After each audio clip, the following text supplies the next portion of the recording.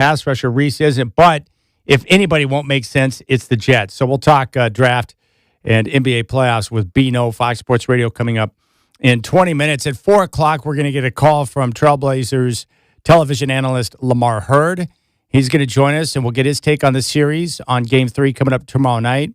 And then Chris Burkhart is in studio with me from 4:20 until the end of the 4 o'clock hour. So guest heavy today, but still time to mix you into the show. And you know I'd love to hear your voice. And there's a lot of things to talk about right now, a lot of reasons to be excited. So hit me up, 503-248-0620. 503-248-0620 is your telephone number.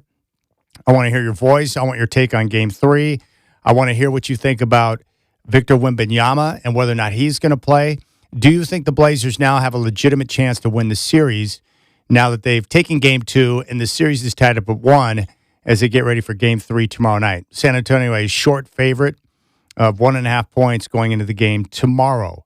Now, the latest on Victor Wembanyama, according to multiple sources. We'll get to what Shams said, but here's the latest from Mitch Johnson, Spurs head coach, on Victor Wembanyama. Yeah, he looks good. The update is that he is following the REACH protocol, and he's progressing, and he'll travel with the team. You anticipate him playing one of the games out there? I mean, obviously not Friday, but... You know, we'll just kind of keep going through the protocol, and hopefully he continues to progress, and it's pretty straightforward. So obviously we hope he'll be back at some point, but we'll allow the protocol to play out. And again, there's nothing more important than his health. Has he been ruled out from Friday? To my knowledge, we haven't even had that discussion. It's just the protocol is the protocol, and then the league is actually who's, most at the top of that. And so we'll just hope that it continues to progress, and whatever that timing is, that's what it will be. All right, there you go. That's the latest from Mitch Johnson. Now, according to Shams, he said that the good news is for Wemby, the condition or his condition did not worsen in the hours following the concussion. Now, my initial thought when he went down and I heard that he had suffered a concussion, I thought, man, there's no way he's going to miss the next 3 or 4 games in the series and come back in Game 7. I just didn't think that was a possibility because athletes are athletes. They're going to want to play and compete. But if this protocol is as tight as it appears to be, then we'll just have to see he's able to clear the steps. Now, for me, I don't want anyone to be hurt. I want everyone to be available. So if he can come back, that's great. Because the Blazers, if they win this series and Wemby does not participate, there's going to be an asterisk by it. I'd much rather Wemby be on the floor, have the Blazers win and have success, so there's no excuses. But we'll wait and see. My guess is, right now, and I'm not a doctor, he'll miss Game 3, playing Game 4. It is also possible, too, that maybe the Spurs are bringing him along on the trip. They may have no plans to play him at all in Games 3 or 4, but they are having him on the trip because he's able to travel and because they want to keep the Blazers guessing. My thought would be if you don't know as a team whether or not you're going to be facing Wembanyama, you have to come up with not 1 but 2 game plans for if he plays and if he does not play, because the teams obviously will play differently based on whether or not Wemby's available. So we shall wait and see. But his condition has not worsened in the hours following the concussion, and he will be on the trip with the team. What that means for Game 3 and Game 4, I have no idea. We'll probably get more details later on today, and definitely as we get into Friday. But the Spurs are not going to rush out any type of information, whether he's available or not available. It doesn't stand to reason that that would help them, so they want to sit on that information for as long as possible. But that is the latest on Victor Wembanyama. And for the Blazers now, after taking game number 2, I just see it as a golden opportunity. This is a young team, the Spurs, with no real playoff experience. And if they don't have Wemby on the floor, I could see things getting a little chaotic for them real quick. They don't have the anchor. They don't have their superstar. And all of a sudden, they're in a hole in their first-round playoff series, and that's where the pressure continues to mount on the Spurs' shoulders. There's no pressure on the Blazers. No pressure on Portland. They weren't supposed to be here. No one expected them to beat the Suns. They've evened up the series of 1 game apiece, and they're playing with house money. And that's a good place to be. And the Blazers are playing really hard right now for Coach Splitter. They're playing confident, and they believe in themselves. And that should bode well for them as they get behind that home crowd tomorrow night at Moda Center, which is pretty cool. So I'm excited about that. And Scoot Henderson at practice was asked about the differences for the Spurs with or without Wemby and what he sees. Honestly, I pray that he's good, but I think the way they play is without him is probably faster. You know, sometimes they might rotate the small five with Bryant. Yeah, I think the way they play is just faster than with Cornette down there. He pretty much kind of the same as a shot blocker, a presence around the rim. I don't want to say he's the same person, but they have a lot of the same abilities to protect the rim. So we got to just continue to run them, hit them. Same mission that we had game 2 and game 1 was to be aggressive, get downhill, play fast, play together. Same thing going to game 3 and the rest of the series. Well, there's nothing I don't love about Scoot right now. Hitting the three, defense has got to respect it. He can drive by the defender because he's so quick off the bounce. And the tenaciousness on defense that we're seeing. Picking guys up at half court, using his physical body. Scoot Henderson right now is feeling himself, and I love that. Big fan of Scoot, and I want to see it continue. I believe in Scoot now. I'm confident when he's on the floor, he's going to make plays. And he's doing so in his very first playoff series, which is awesome. Now, I'm hoping that the home crowd tomorrow night will help some of the bricklayers over the first 2 games start to find some shots, namely Jeremy Grant, Matisse Thybulle, possibly Chris Murray. You know, that's what they're going to need. They're going to need help and assistance from other guys to make shots. And they're going to have to continue to make threes. And fortunately, they had Scoot go off for 31 in game 2 on a night when Denny Avdia didn't have it. But they've got to find a way to avoid the turnovers, and they've got to try and avoid those long stretches without a field goal, like we saw in the fourth quarter in game number 2 at the start of the quarter. I mean, it nearly killed them because they gave up a 15-3 run. Dreadful. Absolutely dreadful. Now, aside from the Blazers, the one game that I'm looking forward to is tonight. And it's going to be a good one. And it's my favorite series right now in the first round, the Nuggets and Timberwolves. That series also tied up at 1 game apiece after Minnesota took game number 2, down by nearly 20 points early, and they come all the way back and get the win.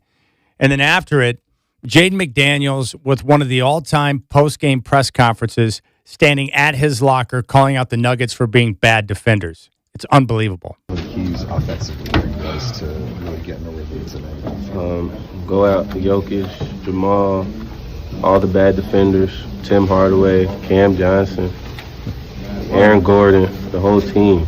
Like, just go at them. They're all bad defenders? Yeah, they're all bad defenders. So just to consider that, it feels like you guys are constantly attacking.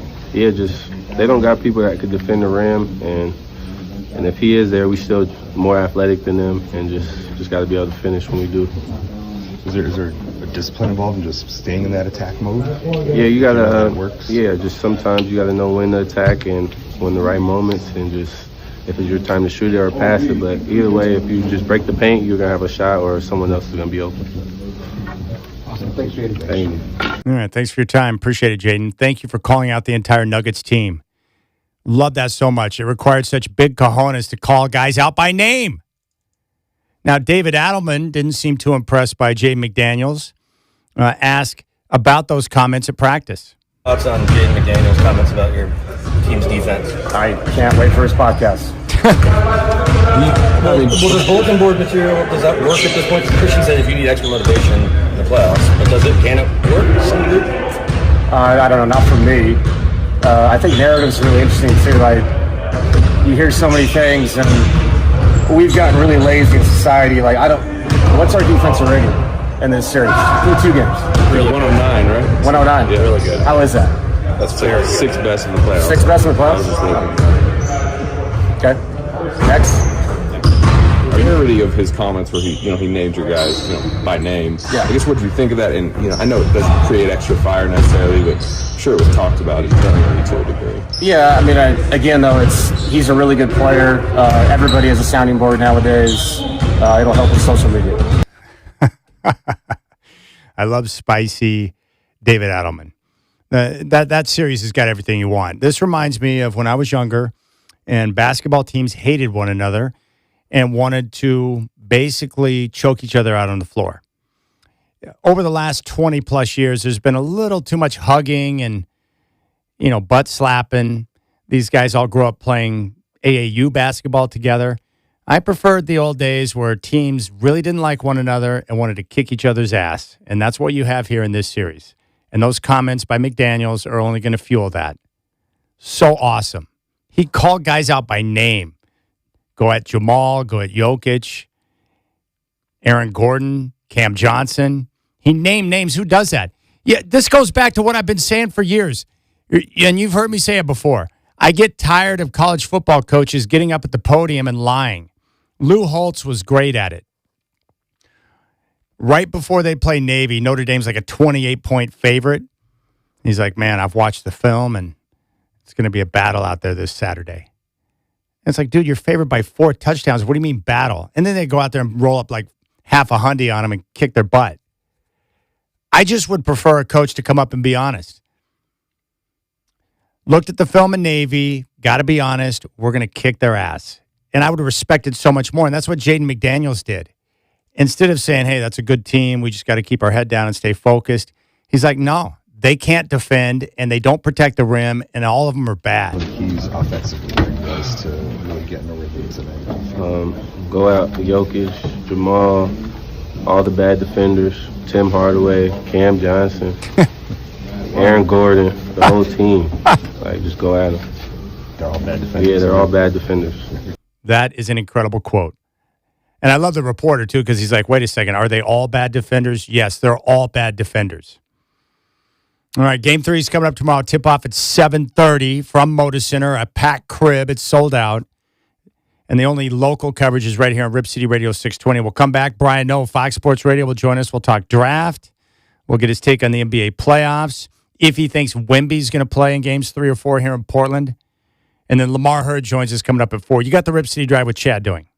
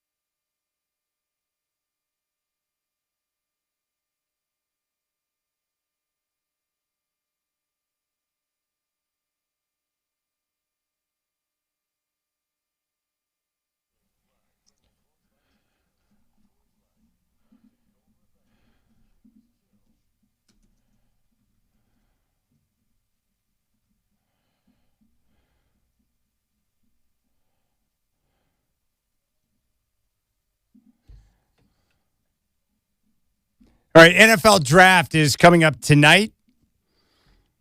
And joining us right now is my brother from another mother from Fox Sports Radio, Mr. Brian Obino. What's up, brother?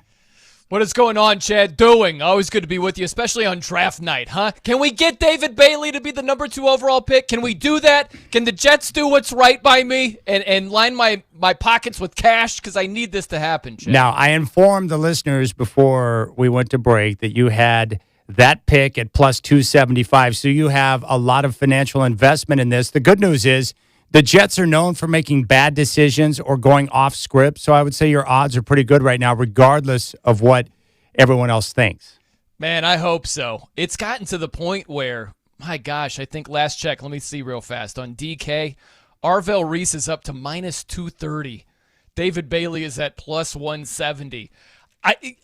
It goes against my better judgment to hit it again on draft day. I hate the steam that goes opposite of your favor on draft day because a lot of times it's correct, but hey, no one knows anything on this one. It's just piecing bits and pieces together, and I think that the top 30 visit being canceled, it's gotten a lot of people on Arvell Reese, and they think David Bailey's not the guy. I don't think that means anything. There was something else that came out today, at least I heard the audio today. David Bailey did an interview with SNY, and they were like, hey, so what do you think about going to the Jets potentially? And he was like, well, you know, they canceled my top 30 visit, but I've had good conversations with Monty. And it's like, that's the Arizona Cardinals GM, not the Jets GM. So what does that mean? So it's just a crazy thing trying to splice bits and pieces together that might mean something. Well, I'm also excited because last time I had you on the show, I asked you about Jalen Waddle, the former Miami Dolphin who is now with the Denver Broncos. And the Broncos gave up their first-round pick this year to get him.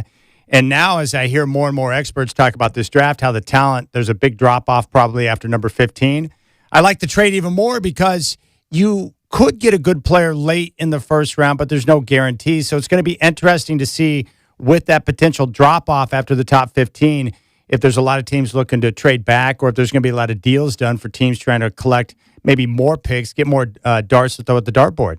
Absolutely, and it's something else that I thought that the Bengals gave up a lot to get Dexter Lawrence. Now, Sexy Dexy is a good player. Even at he's going to be 29 years old, he's still a really good player.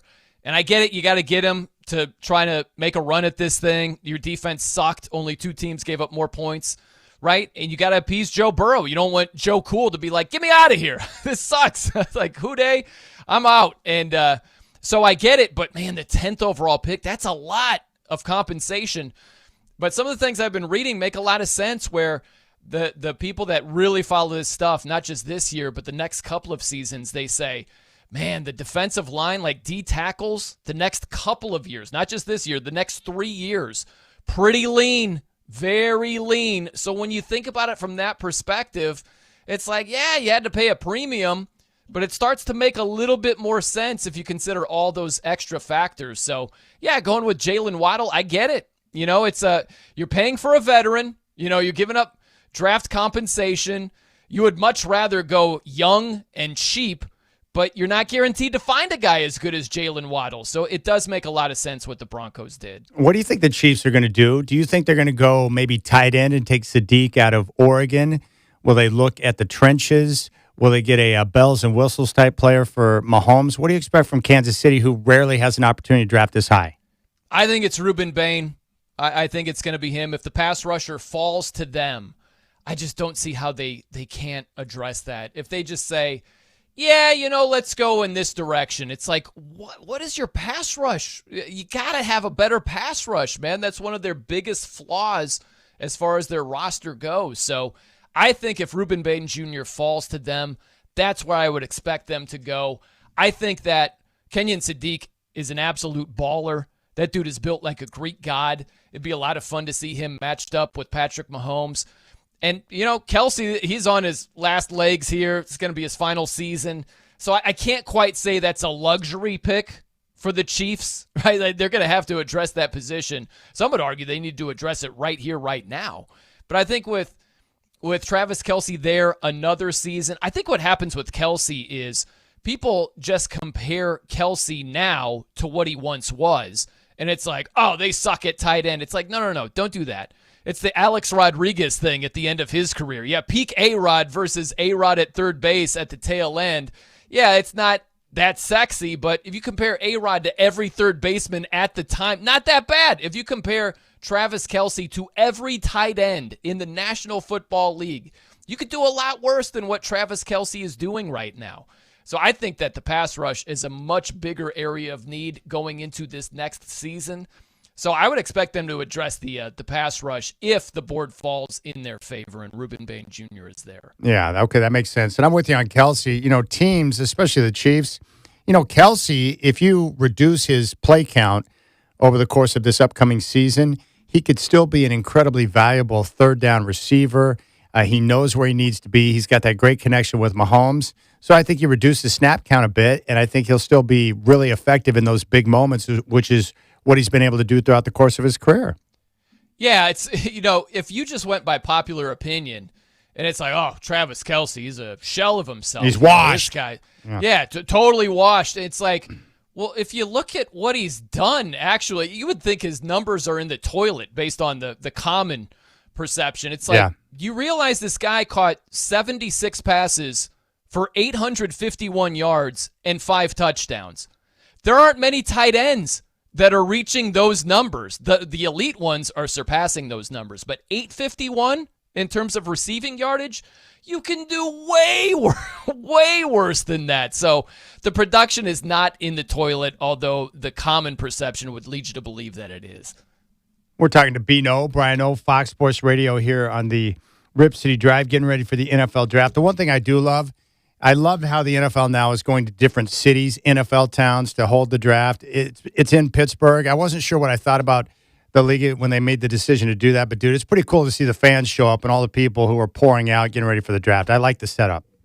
Oh, man, it's really cool. I love that they've done that. Initially, I didn't like it because I loved the reaction from Jets fans every single year when they're just like, what are we doing right now? I loved that. So I didn't like it. You know, like the first year or two that they started going around to different places. I love it now. And I almost melted in Vegas. I was there a handful of years ago when the draft was in Vegas. And it was funny, too, because I was up near the front, not like they have this whole area that's the front area, and you have to pay, they said like thousands of dollars to get in there. I'm like, forget that. So I got there real early, was in the very front of like the next section. And whatever, I had to go to the bathroom. I lent some guy a charger or something like that. I don't remember the whole story. And I went to the bathroom, came back, and now all of a sudden there are just rows of people there, Chad. And I'm trying to weave in and out, and I hit a couple of roadblocks. And then one guy I'm like, I got to get my charger, man. I gave that guy my charger. He's like, oh yeah, got to get your charger. And he just relentless on me. And I just, at one point I looked at him and I said, well, then bet it. You know, bet it. You want to make a bet that he doesn't have my charger? You want to make a bet right now? And he's like, no. And I'm like, then shut up. Shut up. If you don't want to bet it, I don't want to hear it. And then I went up there, and sure enough, he had it. And I'm like, see? There you go. He had the charger. I didn't make it. They thought it was a story the whole time. But yeah, well, fun times at the draft. What's your guess on quarterbacks? Is there only going to be one taken in the first round? No, there will be absolutely 2.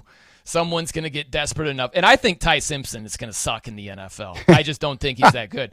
I don't. Unless he ends up in a Rams situation, you know, and that's, you know, next. I won't say it's impossible. It's very unlikely. What's interesting, Chad, is the Rams were eyeing Ty Simpson at number 29 overall. But similar to your Broncos, they made a trade, and they picked up Trent McDuffie from the Chiefs. And so that's had a ripple effect, right? Now the Rams, they only have 13th overall. They're not taking Ty Simpson there.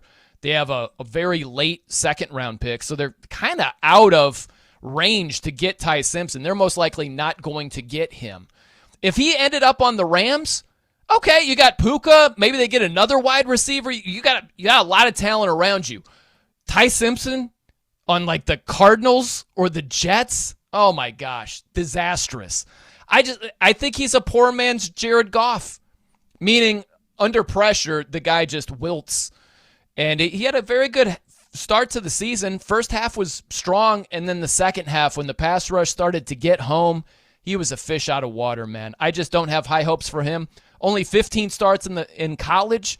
There are a lot of guys, Chad, that had limited starts, limited reps, limited pass attempts, and they were disastrous in the NFL. So you have to ask yourself, is Ty Simpson talented enough to buck the trend?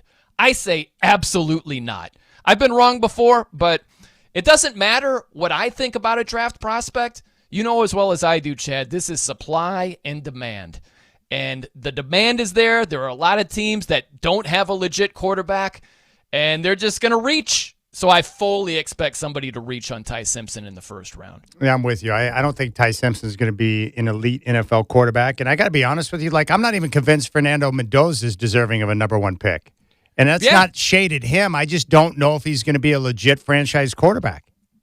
I get it, man. I see more, hey, are you going to get Kirk Cousins, like type production? Are you going to get that from Mendoza? Going to be like a little less than Matt Ryan? You know what I mean? Like, as a number one overall pick, you're hoping for, man, like, boom, franchise-changing, elite, top 5, at worst, top 10.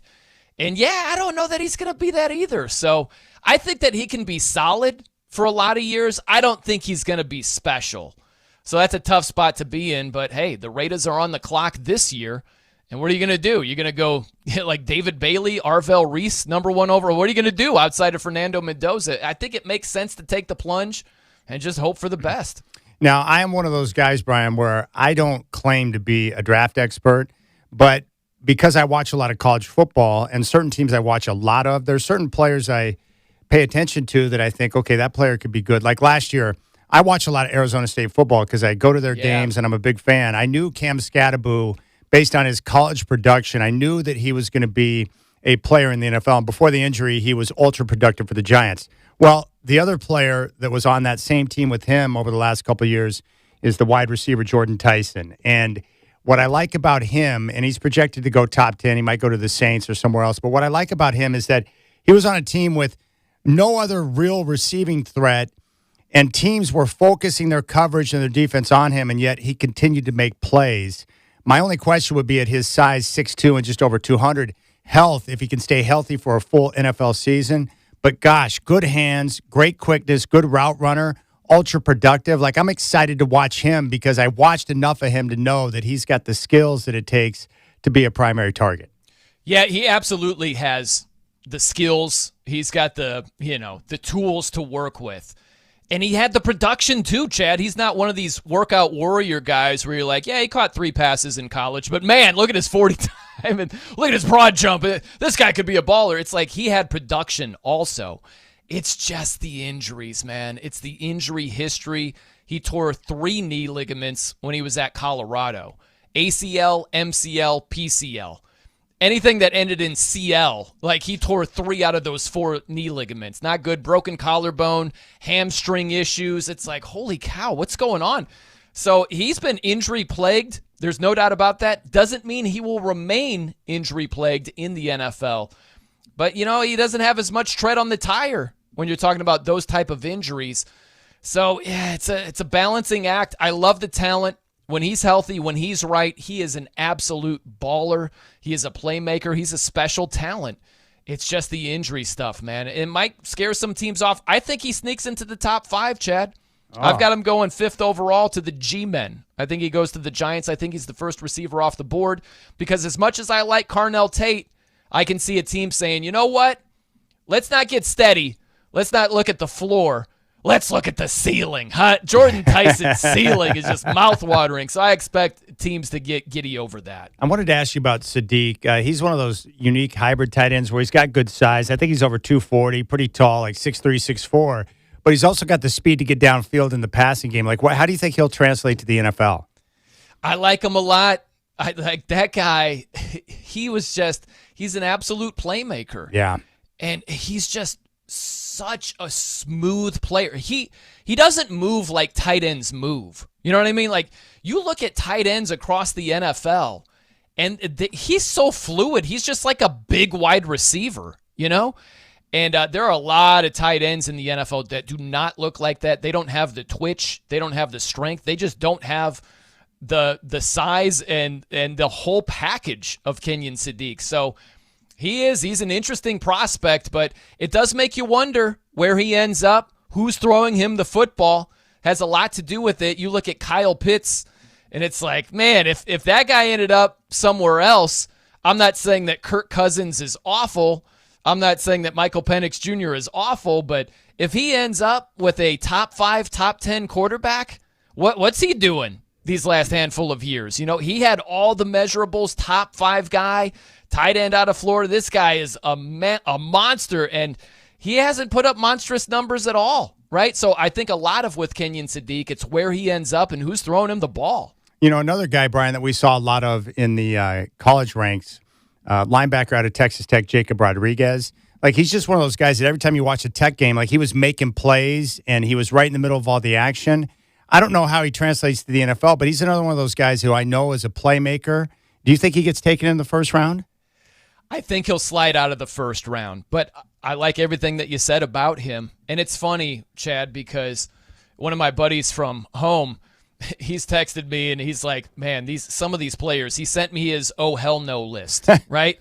where it's these guys. Don't do it. Oh, but the measurables, the 40 time. And it's like, I'm real proud of him.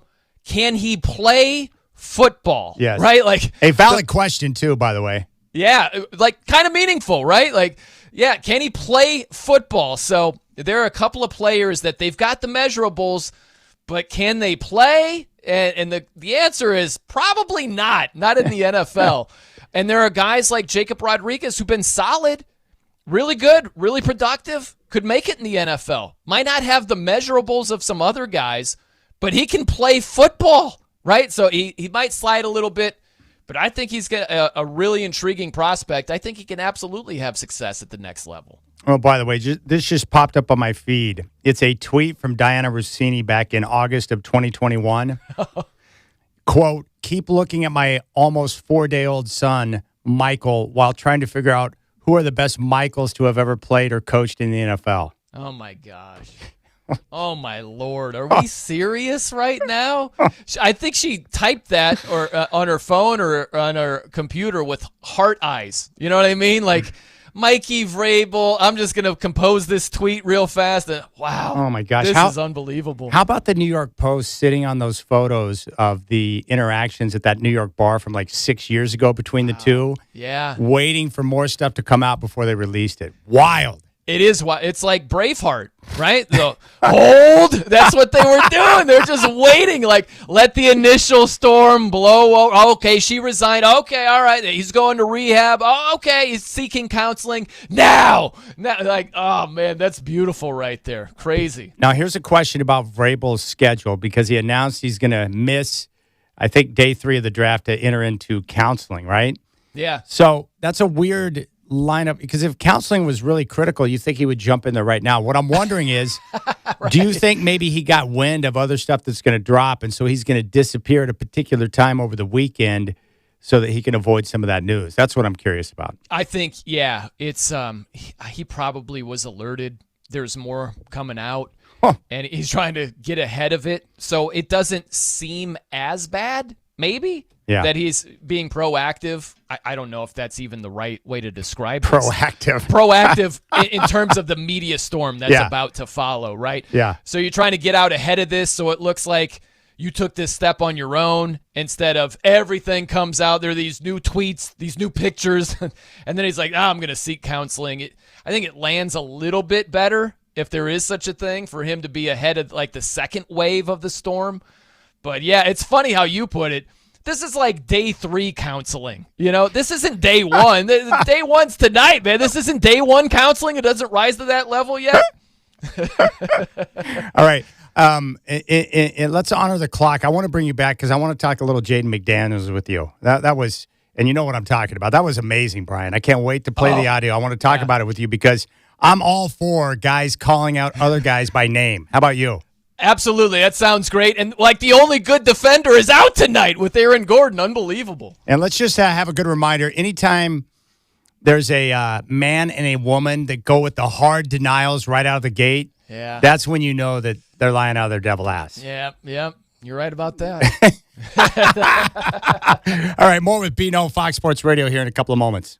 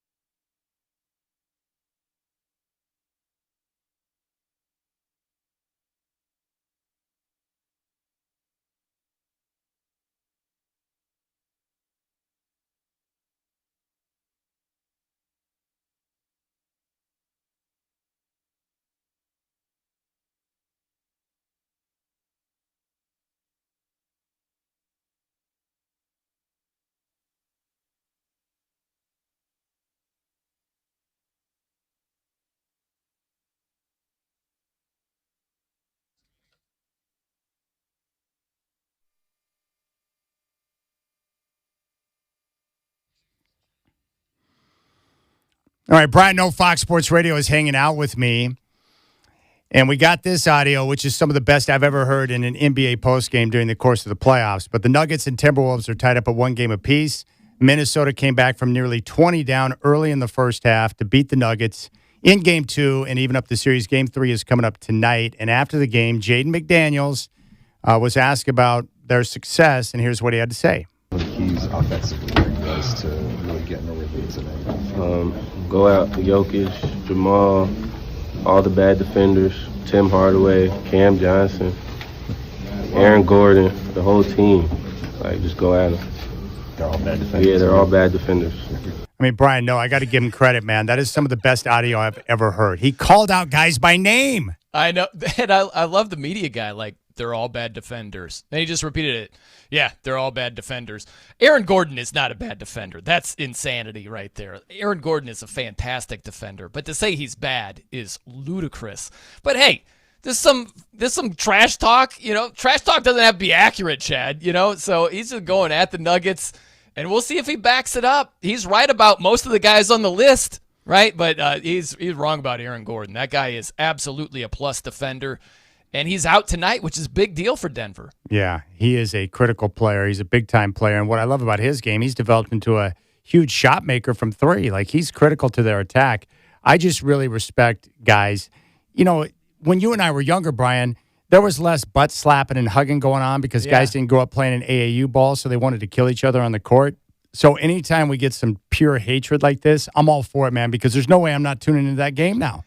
Oh, I'm totally for it. Absolutely. Yeah, we got to bring back the pro wrestling aspect of it. There's a reason why we love the build up to whatever pro wrestling going on. Boxing. Yep. Boxing is sensational building up the hype for a big fight. So, if we get a little bit of extra pizzazz on this, I'm all for it. All right, so what does your sports gut tell you in regards to Victor Wembanyama? Suffered the concussion in Game 2.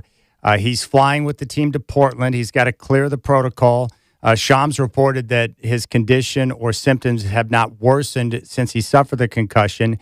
Do you think the Spurs play him in Games 3 or 4? Do you think they wait until Game 5? How do you see it playing out? I think there's a chance he doesn't play Game 3, but I would be surprised if he misses 3 and 4. Yeah. I think that what you just laid out right there, it doesn't lend itself to, let's just be precautious. I think Wembanyama is a competitive maniac. He's going hard in the All-Star game. Yeah. So he's going to want to be out there. And if he's medically cleared, he's like, I'm playing, man. Yeah. I totally see him doing that. So I can't imagine that he'll be out 3 and 4, maybe 3, but I don't see it being more than that. Do you think the Blazers have an opportunity to pull off the upset now after evening up the series, or do you still see it a heavy Spurs advantage? I still see a Spurs advantage. You mean for Game 3 or for the series? The series. Oh, I see Spurs. Like, it's heavy Spurs. Heavy. If someone gave you a free roll, it's like I have to pick one of these two teams. Oh, I would not bet the Blazers because Wemby's coming back. Wemby is an alien. Wemby is sensational, and I give Portland a lot of credit, man. That was a gutsy win coming from behind. As big of a deficit as they were down, Wemby or not, that's a great win for them. But to win 3 more of these things when he's coming back, I just don't see it, man. It would be a hammer spot to back the Spurs with a free roll. Yeah, I love the NBA playoffs right now have been great. I just enjoy – it's just amazing to me how much different the regular season NBA is compared to the postseason. I mean, it's you forget, and then you watch a game, you're like, wow, the intensity, the defense, the attention to detail, everything about it's a better product. It is, except the sucky officiating. Oh, gosh. Brian, here's my wish, Brian. I'm glad you brought this up. Yeah. I've been talking about this for years, but I don't understand why officials are not forced to do post-game press conferences. I think if they had to answer questions, it would hold them to a higher level of accountability, which would hopefully improve their job. But they suck.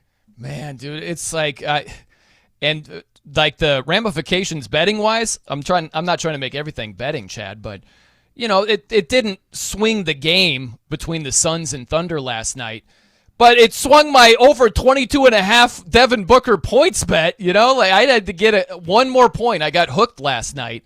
And when he goes up, makes a shot, should be an and one, They wave it off. They say he jumped into the defender. SGA does that all the time. Scorers do that all the time, Chad, and they get the calls. That's brutal, man. It is. All right. I'll be praying for you. Let's hope David Bailey goes number 2 overall tonight in the draft. David Bailey. I want to hear, if it's like Arvel, I'm going to be like, no. Like the first syllable is good. I want him to punch that D sound in David Bailey. That's what I'm hoping for, Chad. I hope you enjoy the draft, man. I'm looking forward to it. All right, buddy. I appreciate you, man. You're awesome. You're the best. Bino, Fox Sports Radio here on the Rip City Drive. We'll keep things rolling. We'll get to your phone calls, 503-248-0620, and we're going to have a conversation with Lamar Hurd, and Chris Burkhart's going to join me in studio here in about 20 minutes or so.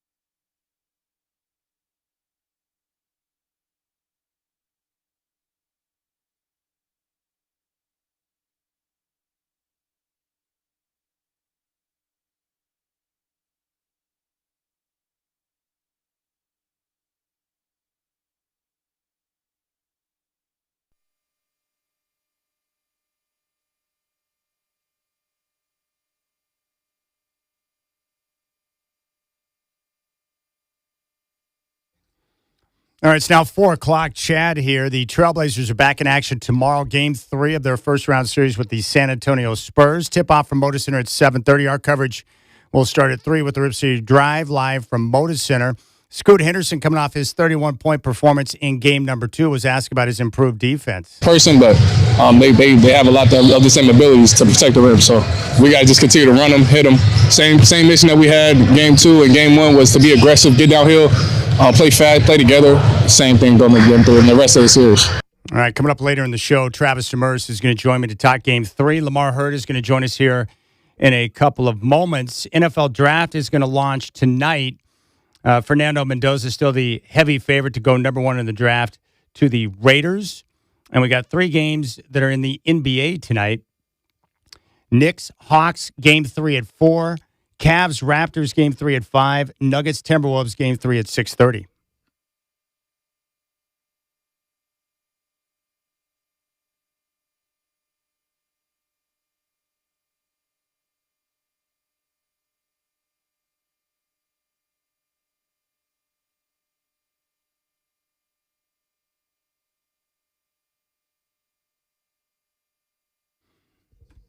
All right, game 3 tomorrow. It's going to be a packed crib.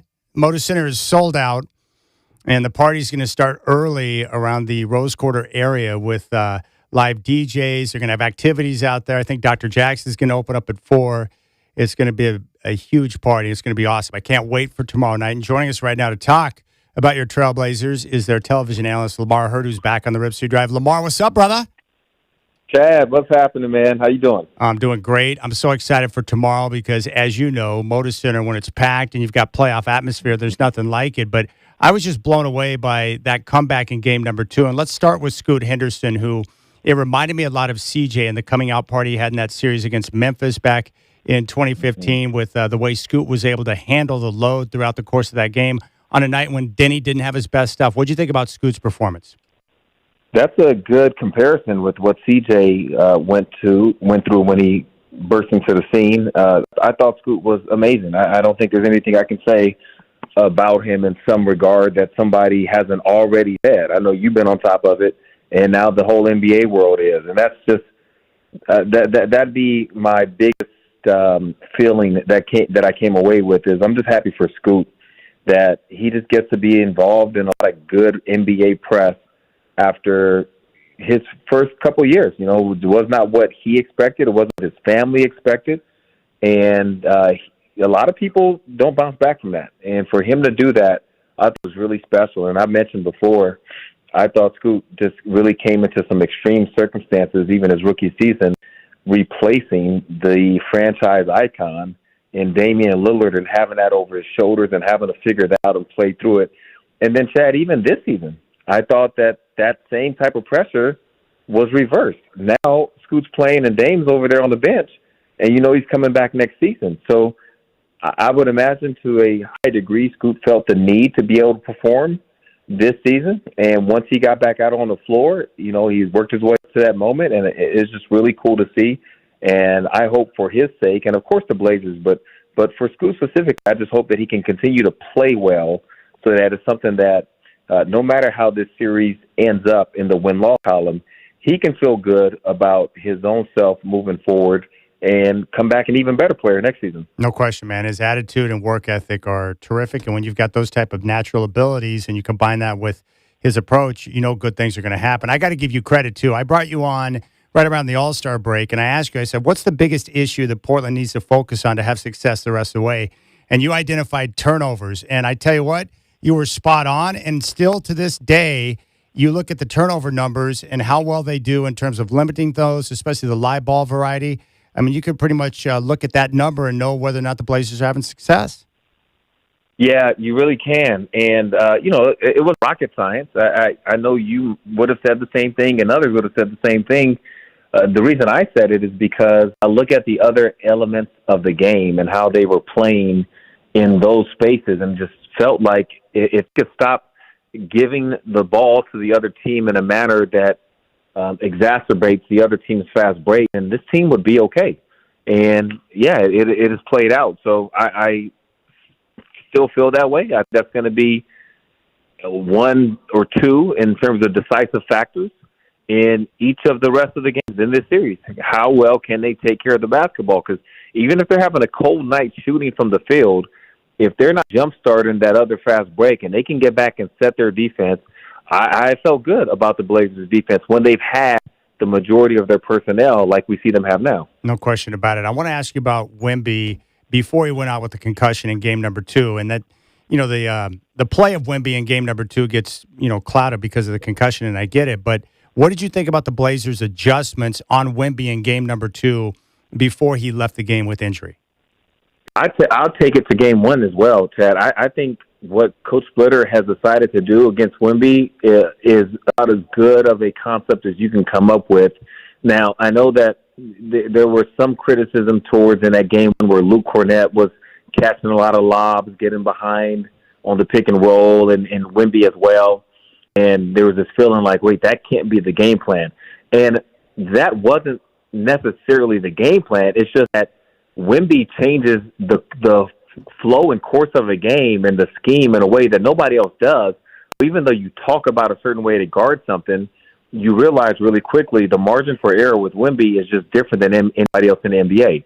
So for Coach Splitter to come back in game 2 and go to the matchups that he went to, guard it the way he did, and I really like what Drew's been doing against Wemby the times he's been on him. I thought that was really good. I thought there's been really good coaching tactics going on throughout this series so far. What do you think is the big change? Let's say Wemby doesn't play in game 3 or misses some time. So what's the adjustment for the Blazers? How did the Spurs change their attack without Wemby? I think De'Aaron Fox takes it upon himself to pick things up, not only because he's kind of the veteran of the group, but he was brought over for this type of purpose. And he's been in a playoff series, has gone to a Game 7 before. So with the ball being in his hands, I think their expectation is for him to step things up. But if Wemby's not on the floor, that then allows Tumani to guard Fox a lot more than he's maybe been able to so far in the first 2 games. And to me, that favors the Blazers. It doesn't mean Fox still can't have a game where he scores a lot of points. It's just that Tumani's going to make him work in a way that I don't know if anybody else will throughout the course of a game, especially if he's picking him up the length of the floor. And so if Fox comes in as the go-to guy, it will go a long way for the Blazers to be able to have Tumani kind of wear him out between quarters 1 through 3. And hopefully Fox won't have enough in the tank comes quarter 4. How do you think, with the home crowd in game 3, would you expect that to maybe give a boost to Jeremy Grant and Shaden Sharp and Matisse Thybulle, some of the guys who have struggled a bit from the field? Because I've always been told that role players tend to really get a boost from that home crowd. Not that Jeremy Grant's a role player, but you know what I'm saying. How do you see it? Yeah, I totally get what you're saying. And I would expand it to really everybody, because that narrative is usually based around role players, but stars do too. Like the star players feel a lot better at home as well, and they get a bump to what they already add. So, I expect to see it. I have to see it, and the reason I expect it is because the numbers, especially like Jeremy Grant and his corner 3-point shooting, what it was all during the season, for that to seemingly have left him for the time being in games 1 and 2, I would expect that those numbers that we saw throughout the course of the season would come back. So I just hope he's in the right headspace. Same with Drew. And that, what you just led to, Chad, is what kind of excites me the most about the remainder of the series is I just don't think the Blazers have even played that well. They've competed hard, and they've played hard, but I feel like I've seen them play better games. So I know that there's another level that they can get to. Now maybe that's not the case for Scoot, because Scoot is performing at the highest of high levels. Yeah. But think about it. What if there is? So if there is for Scoot, that'd be crazy. But for the other guys, I definitely expect them to catch back up into this series with their normal contributions. That's pretty exciting. We're talking with Lamar Hurd, television analyst for your Portland Trailblazers, getting ready for Game 3, which will tip off tomorrow at 7:30. I wanted to ask you about Tiago Splitter. I've been really impressed with the job that he's done. And when you look over the course of the season, what aspect to what he's been able to accomplish has impressed you most? Is it the ability to get the guys to do what he wants and play hard for him? Is it the way he's navigated through all of the adversity? Like, what are you seeing and hearing from Coach Splitter that's impressed you? It's all of those things, and this is a hard question to answer because I want to list like 5 things to you that I've seen, whether it's on the floor or just kind of his interpersonal skills with the players and with the staff outside of the arena. But I'll hone in on one, and it's what you said about his ability to get the players to eventually do what it is he's wanted them to do. And one thing that stood out to me was in the last game, in Game 2, at the very end of the game, the Blazers had a lead, and they just needed to inbound the ball. Well, now, as we know throughout the course of the season, those scenarios where they have a lead, and therefore now the defense is pressuring against them on a late inbound, those scenarios have not gone well for the Blazers this season. But Tiago Splitter, and I don't know if everybody recognizes this, he ran the same play in that scenario that he's been running the whole season.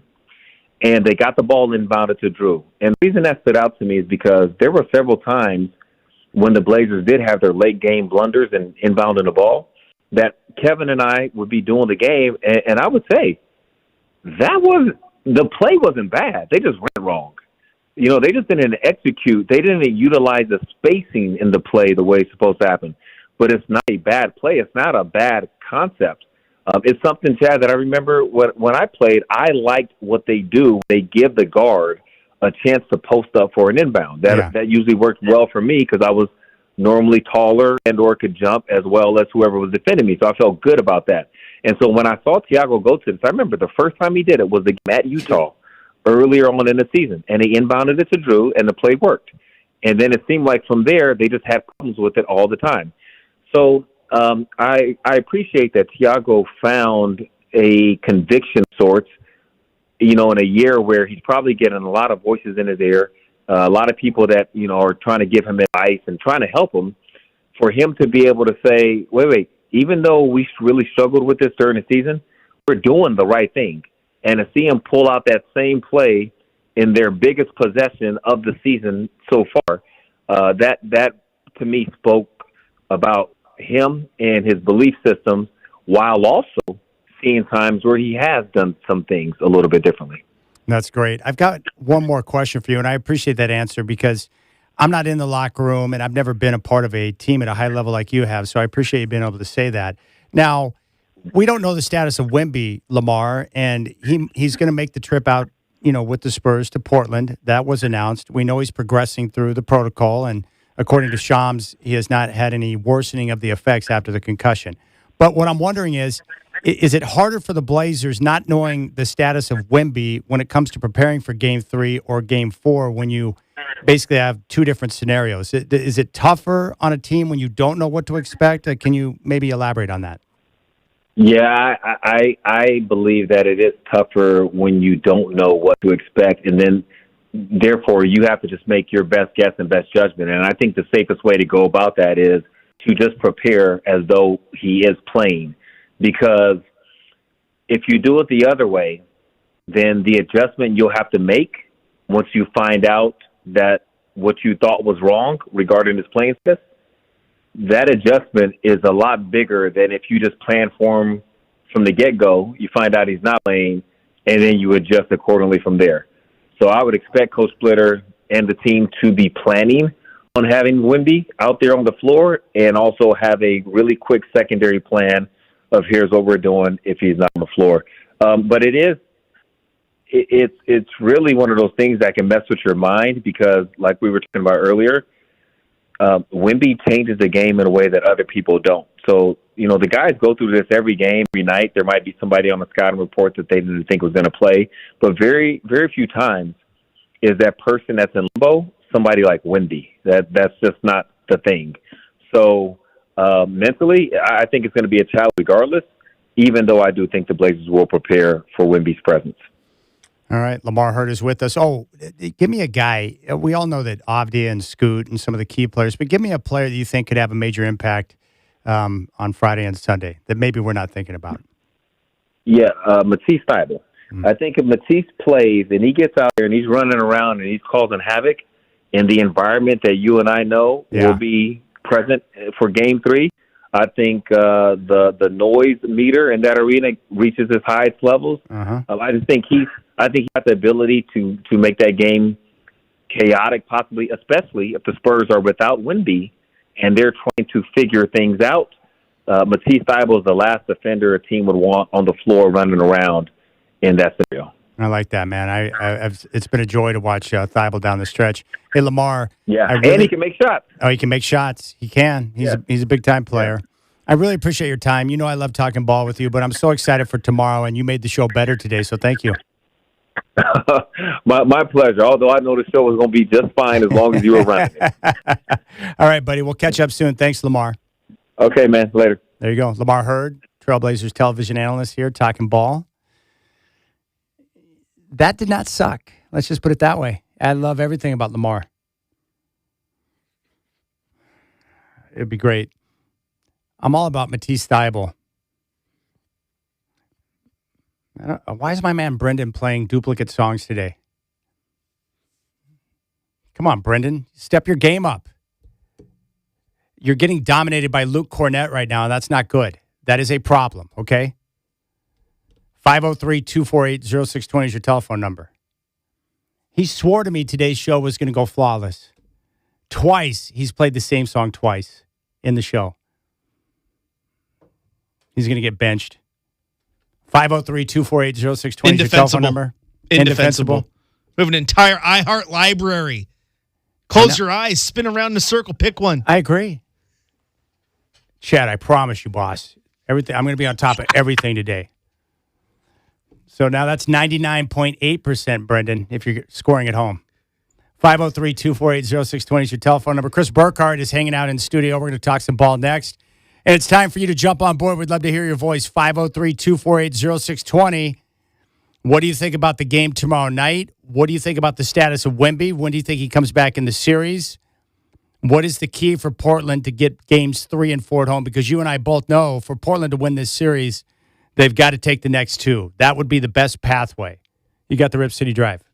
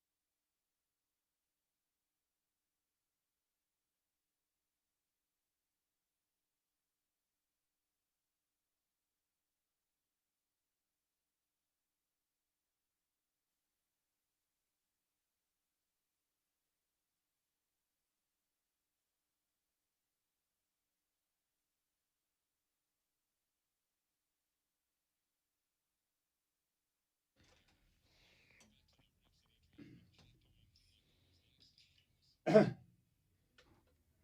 right, telephone number 503-248-0620. 503-248-0620. Jump on board. Chris and I want to hear from you. Your thoughts on the series. What do you think about games 3 and 4 here in Portland? Is Wembanyama going to play in games 3 and 4? He is in the city. I just got a picture sent over to me from someone I know that found Victor in town and had a picture taken with him. So Wemby's in Portland right now. And the big question is, will he play in game 3? I did not think when he initially went down and was diagnosed with a concussion that he was going to be out until game 6 or 7. I just didn't buy it. I was like, no way. Now, he does have to get through the protocol, but my guess is maybe he doesn't play tomorrow. Maybe he does. But I would be surprised if he doesn't play in game 4. So reach out. What's your take? And not only that, but what about Scoot? What about this team, evening up the series? 503-248-0620 is your telephone number. 503-248-0620. Chris Burkhardt in studio. What's up, brother? Hey. I just found out that my day tomorrow is completely screwed now. I got hit up by Tanner, 105.9 The Brew. Hey, bro, Blazers tomorrow. Big day for Casey with his walk. You should come in and hang out in studio. And I'm like, you do know I'm going to be working until like 1 o'clock in the morning tomorrow night, right? Of course, he has no clue. He's like, why do you have to work that late? Like the game? Yeah. What do you mean? What? You know what drives me crazy in life? Talking to a guy who's not a sports fan and them having literally no clue about how any of it works. It's true. They do not. Oh, why are your hours so weird? Just because. It kills me. My friends get mad at me because I have a couple close friends who aren't sports fans. And they'll just be like, dude, what do you mean you can't? Why do we have to schedule a hangout weeks in advance? Don't you know your work schedule? No, I don't know. All I know is we have a guaranteed game 5. I know. We might get a game 6. I don't know. I can't schedule out. The other guy who's killing me today, Brendan, he's like, hey, do you know what the schedule is for next week? I said, I don't even know if there's a game 6 on Thursday yet. I know there's a game 5. That's what I'm saying. Yeah. So really crazy. When Wembanyama went down, and then we got the report, I think around halftime, that he was in the protocol, and then Shams confirmed it was concussion.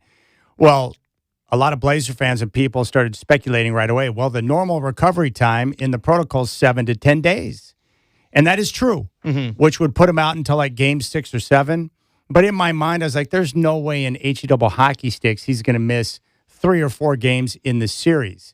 Now, obviously, if the symptoms or the issues were so severe, that's possible. But I just didn't see it that way. But like, what's your reaction to the reporting we got today that he's in Portland, that the condition did not worsen after the concussion, and that he's progressing through the protocol? What's your read on that? Well, you got to send him. You have to be ready. And my feeling is probably not playing Friday, but probably playing Sunday. And you got to have those guys ready for that. The thing is, I don't know about you, Chad, but I talked about on the 5th quarter after the game. I've had one concussion in my life, and it sucked. And it was 2 weeks before I could get back to game action. And that was in baseball. Like what people don't think, they just think it's easy to recover. It's like I couldn't even do conditioning because, like, at least for him, you can get on a stationary bike and do little things. But like I couldn't jog. The movement of jogging was enough to almost make me just get down on my knees because it just hurt my head so bad. Loud noises, loud lights. I think if you remember correctly, we've seen Jeremy Grant have concussions over his time here in Portland where he's not even on the bench. He doesn't come to the arena because they can't be around all that sound and the lights. So it's a tough recovery process. I was wondering, too, if maybe the Spurs have no intention of playing him in game 3 or 4, but they have him on the trip because they want to keep the Blazers guessing. Same reason the Blazers are posting cryptic posts about Damian Lillard, right? If we can keep everybody guessing and play a chess match. Why'd they put that out there? I don't know. Maybe it's going to be like Worldwide Wob said right before the playoff series, or what if the Trailblazers treated Damian Lillard like Sting in the WCW, and then be perfect. Like game 3, he comes down from the rafters, just like, oh, can you imagine a sold-out Moda Center and Dame returns on Friday? That would be wild. But I think it was just social media people being social media people. If I am working as a social media person for the Blazers, You're totally doing that. And I see Dame out there taking shots, hell yeah, I'm going to post it because I know it's going to do numbers. Like, that's why they posted it. Yeah, I don't think he's coming back. But if they continue to advance throughout the postseason, the temptation for him to make a return, knowing that, can you imagine being at that arena and he were to make an appearance for the very first time in the postseason? Yeah. It would be unreal. Yeah. I think the last time we had that feeling was remember the feeling when Yusuf Nurkic showed up to the arena? Yeah. He wasn't at the game. You're right. He wasn't at the game to begin with, and then it's a close game, and he shows up. That was pretty wicked. Wasn't he wearing a Westbrook T-shirt? He had he had multiple shirts that series. That might have been a Westbrook one. Incredible. Yeah. The shirt with the big brick on it, and it says Westbrook. Yeah. Because I'll never forget it because Dame hits the shot, right? Which was, 7 years ago today? Yeah. He hits the shot, and everyone storms the court. And I remember the team staff freaking out because Nurkic is on the court with all the camera cables around his feet. He's still healing.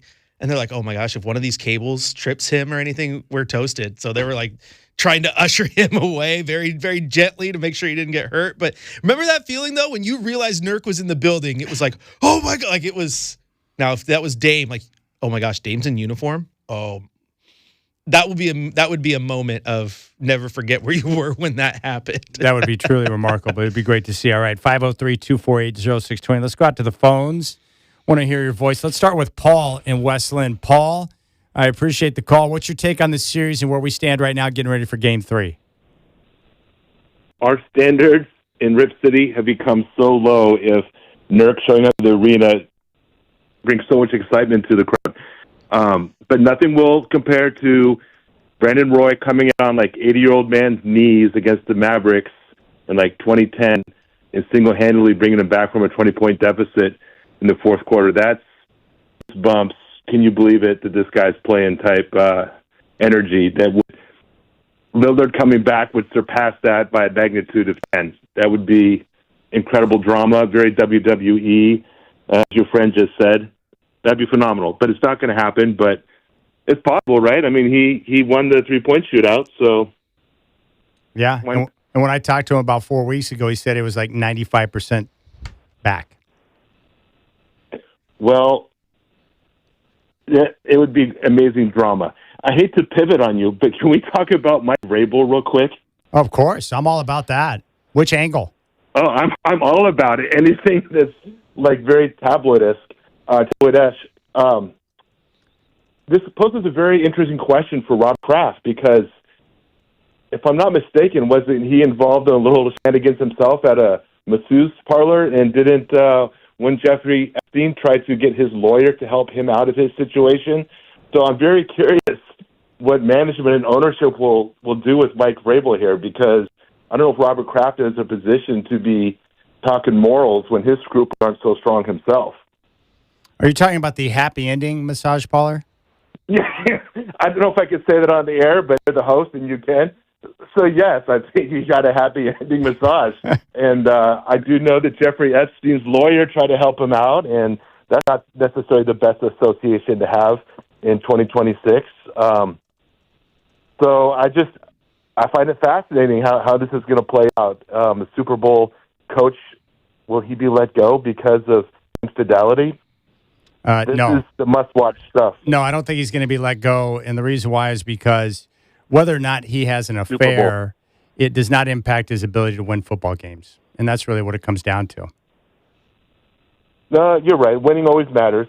And then I'm going to end you on my usual points of we got to get rid of instant replay in the NBA. It bothers so much that they can't even get it right when they go to instant replay. I mean, everybody from home, the announcers can tell if there was a foul or not. And when they take 2 minutes to kill the energy and the rhythm of the game and still get the call wrong, as what happened last night and in the Knicks-Atlanta game, it bothers me to no end. I think Adam Silver needs to be done with this little experiment of doing instant replay. Leave it for football, and it should stay there. All right. I appreciate it, buddy. Thank you. That's Paul in West Lynn. Wanting to talk Diana Rossini. Sorry to pivot, but we got to talk a little Diana. Let's go back out to the phones. Let's go to Staten. Aaron in Staten. Aaron, I appreciate the phone call, my friend. You're up. Fire away. Yeah, hey, a couple of things. I want to just mention Scoot. You asked about him. You could almost make the argument that his best games of the year have been during crunch time over the last couple weeks, you know? Whether or not they they just kind of said, hey, you just need to let it go a little bit, be more aggressive, look for your shots, be Scoot. I've just been impressed with him. He's been a little bit of a tipping point for this team, in my opinion, over the first couple of games of the series, for sure. Yeah, there's no question about it. Burkhart, what were your takeaways from Scoot's performance? He was great. He's best player on the floor. He was in control of everything, did exactly what you needed to do. The lights didn't shine too bright, and he's been really, really good for most of the season since he came back. He's had a few hiccups here and there, but who doesn't? But for the most part, he's been great. Hey, Aaron, what's your gut tell you about Wemby and when he's going to return? So, you got to put yourself in their shoes. I mean, he's a absolutely generational talent, and I almost think it's going to hinge on Game 3. I don't think he plays Game 3. And I think if the Spurs win Game 3, he may be a scratch for Game 4. Personally, if you're I'm not on their training stuff. I don't know what the protocol means necessarily, what they're looking at. But if you win Game 3, which I don't want them to do, of course, being a Blazer fan, but if you win that game and it's basically, you've erased the home court deficit, then maybe he sits and waits, because who knows? They could have a closeout game pretty quick, right? So maybe they wait on him. That's conservative from the Spurs standpoint. That's my thought. All right, man. Hey, enjoy the game tomorrow night, my friend. Hey, thanks for taking the call. All right, you got it. Let's go back out to the phones. Our good friend Victor in Turkey, all geeked up for Game 3. Victor, welcome back to the show. What's on your mind? Hi, my friend and Chris. I'm so pumped up. I don't know. I have enough time to say everything, but I am a professional player for many, many years, of course, in soccer, but I know mentality of the game, and, also I was an assistant coach. What I'm saying is this is a rare opportunity for the Portland. I hear about other people talking about this, but my point is very, to the point. I mean, same as yours, because this is a rare opportunity for Portland that when they went down, that was from the God, I don't know. But what I'm saying is, the Portland have to take advantage of it. I don't think the Wembley play game today brought him for the mental support and for the show. And also, in NBA, America, there are lots of politics and also social media. The Spurs, San Antonio Spurs, they have their name on the line on all social media. The referees, they have 70% against Portland. They called the game 70% against Portland on yesterday. So what I'm saying is all this politics behind it. Nobody wants the Blazer to win. Nobody. ESPN, other social channels. Nobody wants to Blazer win, and they don't expect it to win. But what I'm saying is, the way the Blazer, guarded the Wemby last game through Holiday, that was a great, and he scored like 5-6 points. They did a good job on him. And also Chad, when he went down, I talked the other day to Chris. That wasn't a fault from Chris. That wasn't a fault from True Holiday. He tripped on his own. And then when I checked the ESPN yesterday, the ESPN expert said, yeah, the Wemby, he tripped on his own. But the Thiago, he couldn't contest that fault. That wasn't a fault, because if he went down that hard, and the Thiago said no, that wasn't a fault. All the media, all the fans, they go crazy, and maybe they attack the Thiago. So this is the politics behind it. But what I'm saying is, Wemby, if he plays in 4 games, on Sunday, he'll be on restricted minutes. He's not gonna play the whole, full time. He's gonna be on restricted minutes even he plays. But the Blazer did a good job, especially through Holiday on him.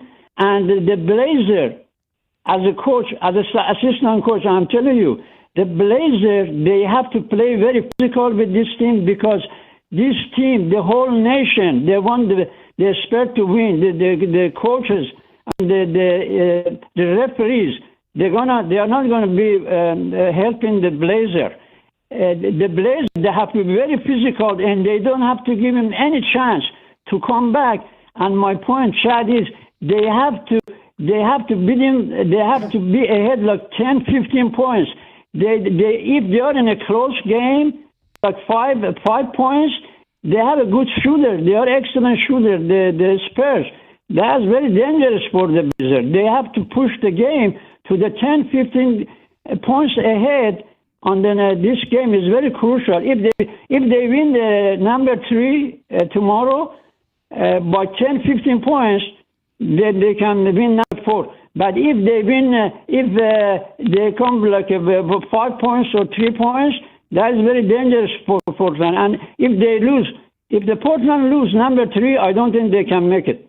Yeah, I agree, Victor. Tomorrow night's game is critical for the Blazers to win the series. I think they got to take the next 2 games with or without Wemby on the floor. You could have that too. Maybe Wemby comes back and plays on a minute restriction. But as Travis continues to point out to me, the Spurs, even without Wemby, still dangerous. They play really well. There's no way he's coming back on a minutes restriction. What's the minutes restriction from a concussion? Once you're cleared, you're cleared. You're ready. No way. He's going to go full bore. Yeah, absolutely full bore. It's not like another injury where you go, okay, first time you've put load on the leg. Now, once you're cleared from concussion, you're ready to go. You're ready to go. I've got people reaching out. They love Victor. Victor's great. RipCityDrive with Victor in Turkey. My man David says, I could listen to this dude all day. He doesn't have a period, no end of sentence. That's what I love about him, man. It's from one thing to the next. It's probably how he texts, too. Victor, I love you, and I know you're going to be excited tomorrow. If you're on hold, stay there. Chris and I will get to your calls. Lamar told me that Matisse Thybulle is kind of that under-the-radar guy that could have a big impact in games 3 and 4. Who do you think that might be? Is it Thybulle or somebody else? I could see that, but I think it's going to be Scoot again because he had that big game, and they already know they need to defend Denny well. He's going to probably have just a little bit more focus on him, and if he can replicate that type of performance, it's massive. And it would open things up even more for Denny. Yeah, and with Matisse, real quick, everyone's talking about the Scoot game and the Victor going down. No one's that block he had to end the game. Absolutely incredible. Oh, it's huge. So Matisse is good. I love Matisse. He's good, man. They got, as you pointed out the other day, 3 guys in Kamara, in Thybulle, and Holiday. 3 great defenders, all really smart, but they all do it differently. Yes, they are all very, very different. All right, we'll keep things rolling. George, hold on. We'll get to you next. 503-248-0620. You got the Rip City Drive.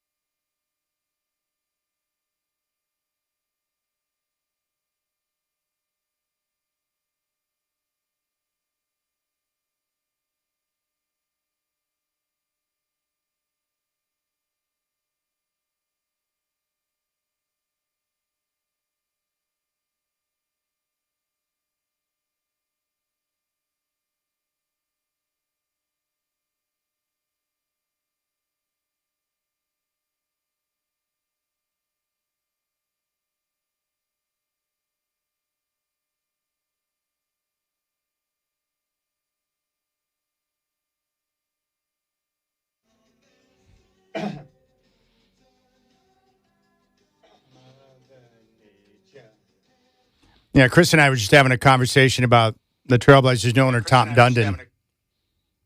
You're good. I heard some other audio there. Is that your computer? Or did Brendan screw up again? No, my computer played you. Okay. Well, that's all right. You can do whatever you want. You know, it's been nice the last couple of days with the Dame news, with the social media post, with the Victor Wembanyama concussion. It's taken the attention off of Dundon, which is good because we got bigger things to worry about right now with the playoff series with the Spurs. But I just think it's really easy for people to get upset with a billionaire who wants to run a tight ship and not be wasteful with spending. And as I've always said, I'm consistent with my ownership love, right? If an owner wants to win and he's willing to invest in players to do so, then that's all I care about. If he wants to save money in different areas because he wants to be more efficient in the way he does things, who am I to get in the way of that? Like, we saw the numbers put out by Quick, right? By making staffers check out early instead of having that extra night in the hotel where they can just stay in their room until 5 o'clock or 6 o'clock or whatever time they're going to jump on the bus, he's going to save $1 million. That's a lot of money that can be used where he would deem to be more effective elsewhere. So I don't have an issue with that. People, and especially, and I get this because I have a lot of friends that work for the Trailblazers. Anytime you work for a company and there's changes, we don't like it. Nobody does. Nobody does. Went through it at NBC when we changed GMs multiple times, and every single time you're freaking out. If we lost Rich tomorrow and they replaced him with a different boss, you'd be sweating bullets all night long because you never know. The person coming in could ruffle feathers and then end up being the best person you ever worked for, but you're still going to sweat bullets for a little bit because it's uncomfortable. It's not fun. And Quick did deny the report about him wanting to pay a coach $1 million, right? Yeah, he's pretty up there that he understands needs to pay more than that, and sounds like he understands that. And it doesn't mean he's going to pay Steve Kerr $17 million a year. But maybe it goes along with what you and I have been talking all along, in the fact that at early talks, when he's offering those low contracts, learn that guess what, that's not going to fly in the NBA. You're going to have to change how you approach things, and that's all part of it, man. Do you have an issue with him calling and talking to other coaches? Oh, I do have a massive issue with that personally. I think Thiago has done an incredible job here for the entire year. And he's earned the right to come back. And he's earned the right to come back and to hold interviews with other coaches while he's doing that. Thiago shouldn't be worrying about that part of his future right now. I agree. And that's... But here would be my defense to Dundon on that issue. He's coming in and he's taking over late in the game, right? Late in the season. So he's got a lot of decisions that are going to have to be made over a very short period of time, including, his coaching spot. By going out and talking to a bunch of different people, it doesn't necessarily mean he wants to offer each guy he talks to the job, but you're learning from each person you talk to about your team, your personnel, how the NBA game works, what they think about Thiago Splitter and the job that he's doing, what they're seeing. So he's probably, a lot of it's probably just information gathering. And that's the thing. So you get some reports that they have offered a job, but then you get other reports for Mike Malone, for instance, that he talked to. Didn't say he offered Mike Malone the job. Yeah. He talked to Mike Malone. To your point right there, that's information gathering. Yeah. If I'm going to go talk to guys, because if I'm not saying this is what he did, I'm just arguing with you here. But if he talked to Mike Malone and said, "Hey, what do you think of the Portland job?" Okay, I'm not super interested. Okay, but what do you think about the job Thiago's doing? What do you think of these candidates? Like, information gathering. Yeah. What do you think about our roster? Information gathering is smart. Now, if you're talking to guys with the intent to offer them a job and hire them right now, I think that is unprecedented, something we don't see, and a slap in the face to Thiago Splitter, who's been wonderful. My guess is he's not out there flipping over rocks trying to find a coach. My guess is he's trying to information gather because he's trying to get a handle on the NBA business. Mm-hmm. He knows, like we all do, that Thiago Splitter he's the leader in the clubhouse for the gig. How could he not be? He navigated tremendous adversity. They're in the playoffs. They've won a postseason game. They got through the play-in with one win. Yeah, I think Thiago's the leader in the clubhouse. And I think he should be. 100%. It's without question. Let's go out to the phones. Jerry in Southeast. Jerry, welcome to the Rip City Drive. Fire away. What's on your mind? Hey, thanks, Chad. Hey, while you guys are just on that topic, Danny Advia said as much just a couple days ago, as far as their feelings about Thiago and how they love what he's done. He pays attention to every one of them individually and as a team, and has really helped them, and they all believe in him, and they think he's great. So anyway, there's that. So after the last game, I was speaking of how we are in our small market, and all the national media wants this. Or it's a personality league, so Victor, let's talk about him all the time, or let's talk about this or that. And then let's pull out every bit of information and blow it into a rumor that may or may not be true, like we're talking about on this other stuff. And I was just thinking, I would just like to hear some more talk about the game shortly after it was done from local people. And I wasn't able to get on your show, and I was kind of going, God dang, all these guys are talking about all these times when Portland didn't win the last games. And I'm thinking, let me tell you who did not play for Portland in the games that they lost. Well, let's talk about Scoot didn't play, one of them. And then the other, he wasn't the Scoot we've just seen. We had Jeremy Grant out with injury. We had, come on, the list goes on. We had Matisse out, some of that stuff. I looked it up. There was a whole bunch of our core that's not there for the games that we played. I'm not saying that would have made we would have won all those games or even another one with San Antonio, but it's not that we were playing full strength and no, the Blazers have been hammered by injuries throughout the year. That's a great phone call, Jerry. Just let me remind you that after tomorrow night's game, the fifth quarter will be right here on Rip City Radio 620, where all I'll be talking about is what happened on the court. That's right, Jerry. Fifth quarter tomorrow night after the game, buddy. All right, there's Jerry in Southeast. We'll get back to your phone calls. Chris Burkhardt is here. I know you're going to kill me for asking you this. You want to hang out for another 10 or 12 minutes? I can do 10. Okay. Maybe 11. All right. More with Chris Burkhardt, and then we'll hear from Travis at 5:20.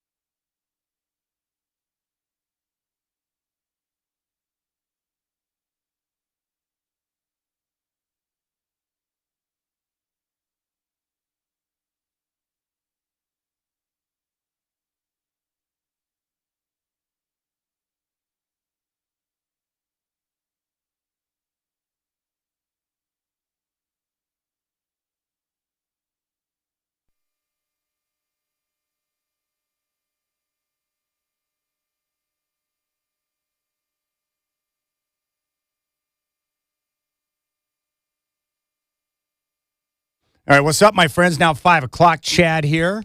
The Trailblazers are back in action tomorrow, and it's going to be awesome. Game 3 at Moda Center. Tip-off will be at 7:30. Chris Burkhart's got game day live from Moda Center at 5:30, and I'll kick things off with the Rip City Drive at 3. The series is tied up at 1. The latest on Victor Wembanyama, he is in Portland right now. He made the trip. His status for Game 3 and Game 4 is unknown. According to Shams, his condition did not worsen following the concussion, and the Spurs say that he is walking through the steps of the protocol. So we'll keep an eye on the injury report and what his status is for tomorrow. Right now, the Spurs are a 1.5-point favorite in game number 3. Checking the NBA scoreboard right now. Hawks on top of the Knicks, 51-36, second quarter in Atlanta. Raptors and Cavaliers coming up in just a couple of moments. And then you've got the Nuggets and Timberwolves, game 3. That series tied at 1, 6:30 on Prime Video.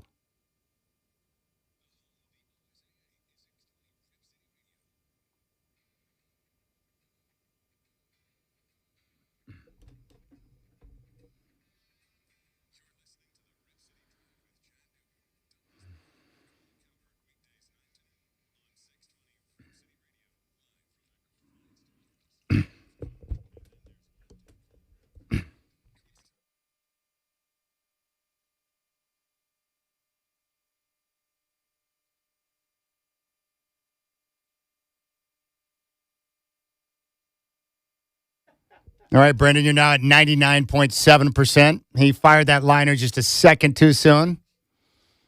Just a smidge. Just a smidge. I'm telling you, he's Donovan Clingan right now trying to deal with Luke Cornett. He's getting dominated down low.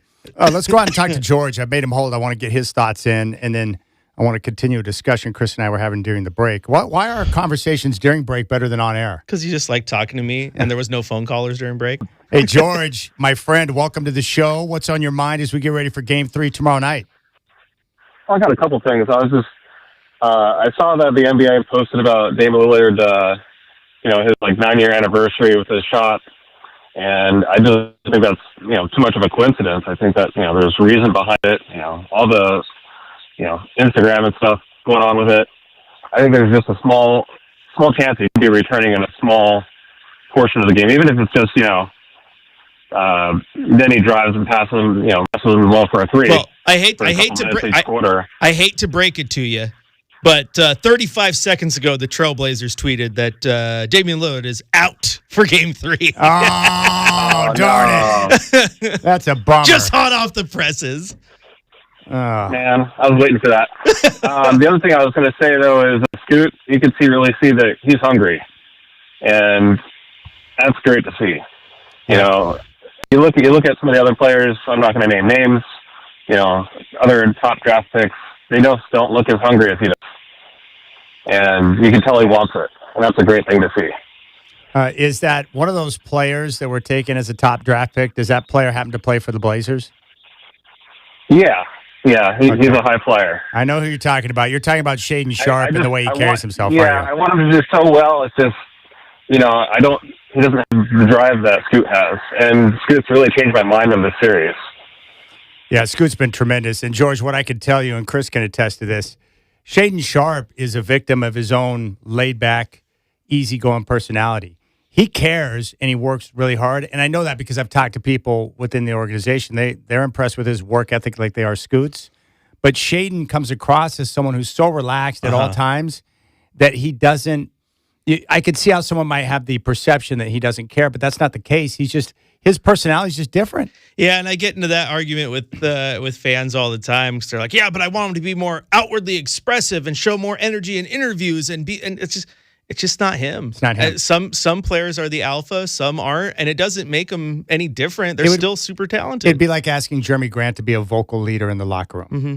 That's not how he rolls. That's not his personality, And so I think once you understand that, like with Shaden, great talent, but I kind of like I've learned to appreciate his carefree approach in the way that he's able to handle himself. And I think that his mindset and the way he carries himself, I think it'll help him as time goes on in pressure-packed situations because he's so chill. Yeah, it's a good trait to have sometimes. It allows you to get through those moments where you're struggling because you don't think about it too much. Yeah, and I get it why people love Scoot because when I talked to him the other day, he's like, hey, I've been preparing for this moment since I was a kid. I can't wait. You know, like he says all the things that we want our guys to say, and some guys are just not like that. You know, Dame is a natural-born vocal leader. Yeah. He's very comfortable in that role. LaMarcus Aldridge was not a vocal leader. It was his team, but he was not someone that was going to be a vocal leader. That's just not his role. That's not bad. It's not. It's not bad. It's like like Kevin Durant to me doesn't come across as that type either. Like the super raw guy. Yeah. And people get mad when he doesn't give you the interview you want. But like, I love him because he's just a guy who just wants to play basketball. Yeah. And play it at a high level. And it doesn't impact how he plays because he doesn't do an interview how you want. He's phenomenal. I'm looking here. Do we have a Spurs injury report? I don't know. I haven't seen one yet. I just know I saw the Blazer one. They had to shoot us all down. Like, couldn't they just put him in as doubtful? Just like doubtful, but it would have been the thing to do. Just give us that little smidge of hope, even though we know it's not going to happen. Just an outright out is just, oh, come on. I'm just curious how they're going to list Wemby for the game tomorrow. That is what I'm interested in. All right, full injury report. What do we got here? Give us something. I hate being duped on some of these links too, Burkhart. You can't trust the internet. All right. Yeah, I don't see a Spurs injury report. I'm just curious if it'll be listed as doubtful, probable, questionable, out. Probably doubtful. Blazer fans were just hoping he didn't get on the plane. Yeah, well, he got on the plane. He's in town right now. He's in Portland right now. You need him on the plane because if for some reason the engines give out, you could break a couple windows, put his arms out each way, and you could glide back down to earth. Dude's got airplane wings for arms. It's phenomenal. Scoot was asked at practice about his improved defense, which is very noticeable. Here's what he had to say. Man, as anybody that plays defense is just a 1-2. Tumani's always telling me, like, you can't boo, bro. So when I got somebody like that, and obviously Drew, I'm just being an observer, man. And with great defensive guys around me, it's easy for me to be like, all right, let me might as well just, you know what I'm saying, whatever it takes to get the win. And I have the abilities. I just got to continue to improve on both sides, continue to keep the ball in front and without fouling. I love it. He's so great.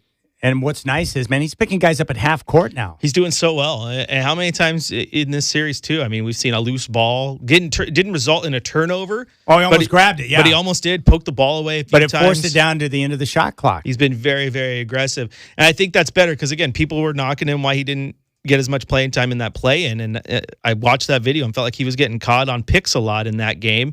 And right now, he's not. I think he learned from that one game. He's playing better. Man-on's great. And I still love the fact that he is one of the few players I've watched who gets he gets more excited when other players do good things than he does. Yeah. Like Donovan Clingan had a dunk in that game, and Scoot didn't even get the assist. Yeah. But you see Scoot flexing as he's going down. Like he was just hyped for DC. Like I love that about Scoot. Yeah, Scoot's awesome. Here he is. He was asking about the differences in the Spurs with or without Wembanyama. Honestly, I pray that he's good, but I think the way they play is without him is probably faster. You know, sometimes they might rotate the small five with Bryant. Yeah, I think the way they play is just faster than with Cornette down there. He pretty much kind of the same as a shot blocker, a presence around the rim. I don't want to say he's the same person, but they have a lot of the same abilities to protect the rim. So we got to just continue to run them, hit them. Same mission that we had game 2 and game 1 was to be aggressive, get downhill, play fast, play together. Same thing going to get through in the rest of the series. All right, there you go. Scoot Henderson coming off his 31-point performance, getting ready for the game tomorrow night. And if you haven't heard it, here's Mitch Johnson, head coach for the Spurs, with the update on Wembanyama. Yeah, he looks good. The update is that he is following the league's protocol, and he's progressing, and he'll travel with the team. You anticipate him playing one of the games out there? I mean, obviously not Friday, but... You know, we'll just kind of keep going through the protocol and hopefully he continues to progress, and it's pretty straightforward. So obviously we hope he'll be back at some point, but we'll allow the protocol to play out. And again, there's nothing more important than his health. Has he been ruled out from Friday? To my knowledge, we haven't even had that discussion. It's just the protocol is the protocol, and the league is actually who's, most at the top of that. And so we'll just hope that it continues to progress. And whatever that timing is, that's what it will be. Why does Mitch Johnson sound like Frank Caliendo doing an impersonation of Doc Rivers? Like he sounds like Doc Rivers. So good. And how about the Knicks right now getting pounded by Atlanta? 56-40, second quarter, about 2:45 before the half. The Knicks, to me, have been one of the bigger disappointments in the NBA. I would have thought going into the year, based on the run they had last season, that they would have taken control of the Eastern Conference, especially with Jason Tatum out, and that just hasn't materialized. Detroit was the runaway team in the East, and New York finished behind Boston in the standings. And then Tatum comes back late in the year, and now the Knicks aren't considered one of the title favorites out of the East. It's really bizarre. Yeah, maybe Tibbs had a little bit more to deal with it than we all thought. Boston came in, Tatum got healthy, and they completely changed the Eastern Conference landscape. And never underestimate C.J. McCollum with the basketball in his hands because he's been taking it to New York. All right, going back to Tom Dunn for just a moment. You know, Chris, my biggest thing is I love Tiago Splitter, and I want him to come back as coach. Same. But my whole thought is if I'm taking over a team or my team has a new owner, I want him to go through the entire process with a expansive search. You don't just hand the job to one guy. Talk to everybody and talk to the best available candidates. And if you go through all of that and you realize that after that you have a guy on Splitter who you think is the best option, then hire him. But at least you went through the process of talking to all the best available coaches so you know in the end you're making the right choice. Because what if you find through your process that you find a better candidate than Tiago?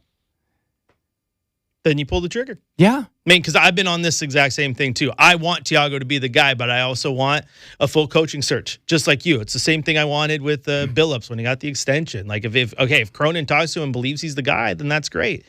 But I want the fine tooth comb, and hopefully Tiago stands out. What my instincts tell me with the reporting on Dundon, you know, we're hearing that he's talked to GMs and coaches. Well, based on what I know from people who have been in a lot of meetings with him over the last several months, he's a guy that searches for info, asks questions. He's trying to learn the business. I don't think he's been out there looking to offer the GM job or coaching job to somebody else right now. I think he's talking to people because he's trying to learn the NBA game and he wants to find out more details on his team and his staff and the personnel that he's got. That's what I think. Yeah, and I think the tough part is, too, I mean, we haven't heard from him since his introductory press conference, so we don't get his take on it. But at the same time, if he goes out and their news breaks tomorrow that he's hired Guy X as a GM and Guy Y as the new head coach without ever formally firing the two guys doing it, and that it's not going to bode well for the future endeavors there. And I just think that'd be a dumb move, and I don't think he's doing that. Yeah, and it's easy for people to take shots at the billionaire, right? There's some people like to take shots at the billionaire because no one deserves that much money. You know, people are crazy like that. I'd take that much money and let everyone take shots at me if I had the money because I could use the money. All right. You got to get out of here. Enjoy the rest of your evening, and I will see you tomorrow at some point down there at Moda Center. Darn right. Go Blazers! All right. Travis Demers, voice of the Trailblazers, joining us next here on the Rip City Drive.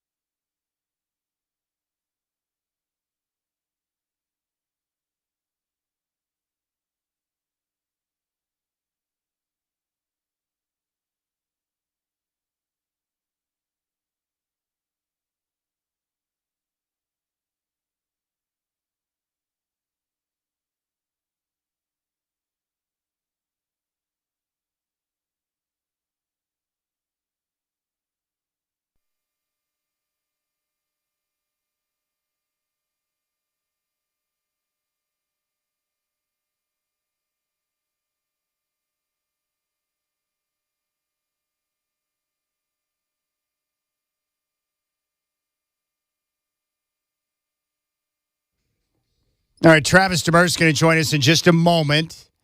Quick update, the NFL draft is underway. The Raiders have drafted quarterback out of Indiana, Fernando Mendoza, with their first pick in the draft. Not a surprise. He was widely considered to be the overall number one pick. So Mendoza's with the Raiders. And Brian O cashed in. The Jets have selected David Bailey out of Texas Tech. He went number 2 overall, and No got him at plus 275. So props to Bino, Fox Sports Radio. And now Arizona is on the clock. So there you have it. The NFL draft is underway. Quick update from the NBA scoreboard right now in the postseason. Halftime, Hawks up 58-50. The Knicks closed the half on a 10-2 run. They're down by 8 now. Game 3, that series tied up at 1. Right now, the Raptors lead the Cavs 13-10, about 5 minutes into the first quarter. Now, the Cavs with a 2-0 lead in that series. Coming up at 6:30 on Prime Video, Nuggets and Timberwolves. Minnesota went from a 1.5 to 2-point dog. They're now favored by a point, and that's because Aaron Gordon is not going to be available tonight. So there you have it. The NFL draft is underway. We got NBA playoff games that are in action right now, so it is all good right now in the sports world. And we got Game 3 coming up tomorrow night at Moda Center with the tip-off of 7:30. Arizona is on the clock right now. All right, what a pleasure. Rip City Drive getting ready for the huge Game 3 tomorrow night at Moda Center. Tip-off will be at 7:30. Our coverage will start live from Moda Center at 3 o'clock with the Rip City Drive. And Chris Burkhardt with Game Day at 5:30. The man who will be on the call tomorrow night, where bringing you the only local coverage of your Trailblazers in the postseason, is Travis Demers, the voice of your Trailblazers here on Rip City Radio 620. Hey, Trav, are you starting to get pumped now after a couple of days after recoup from Game 2 for Game 3 tomorrow night?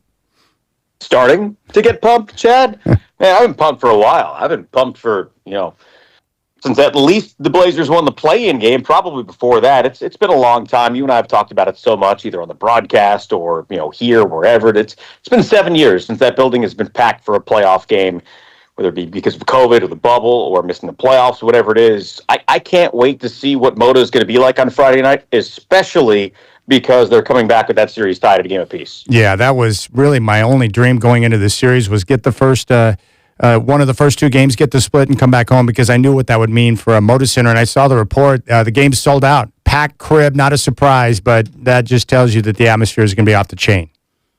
Yeah, and I think they added a few standing room only seats. Oh, so they did? Just keep it going, man. Pack the house. That's great. All right, the latest news that I saw, Victor Wembanyama was at practice today going through the light activity, which is basically nothing. But according to the last report I saw, he will take the trip to Portland to be with his team.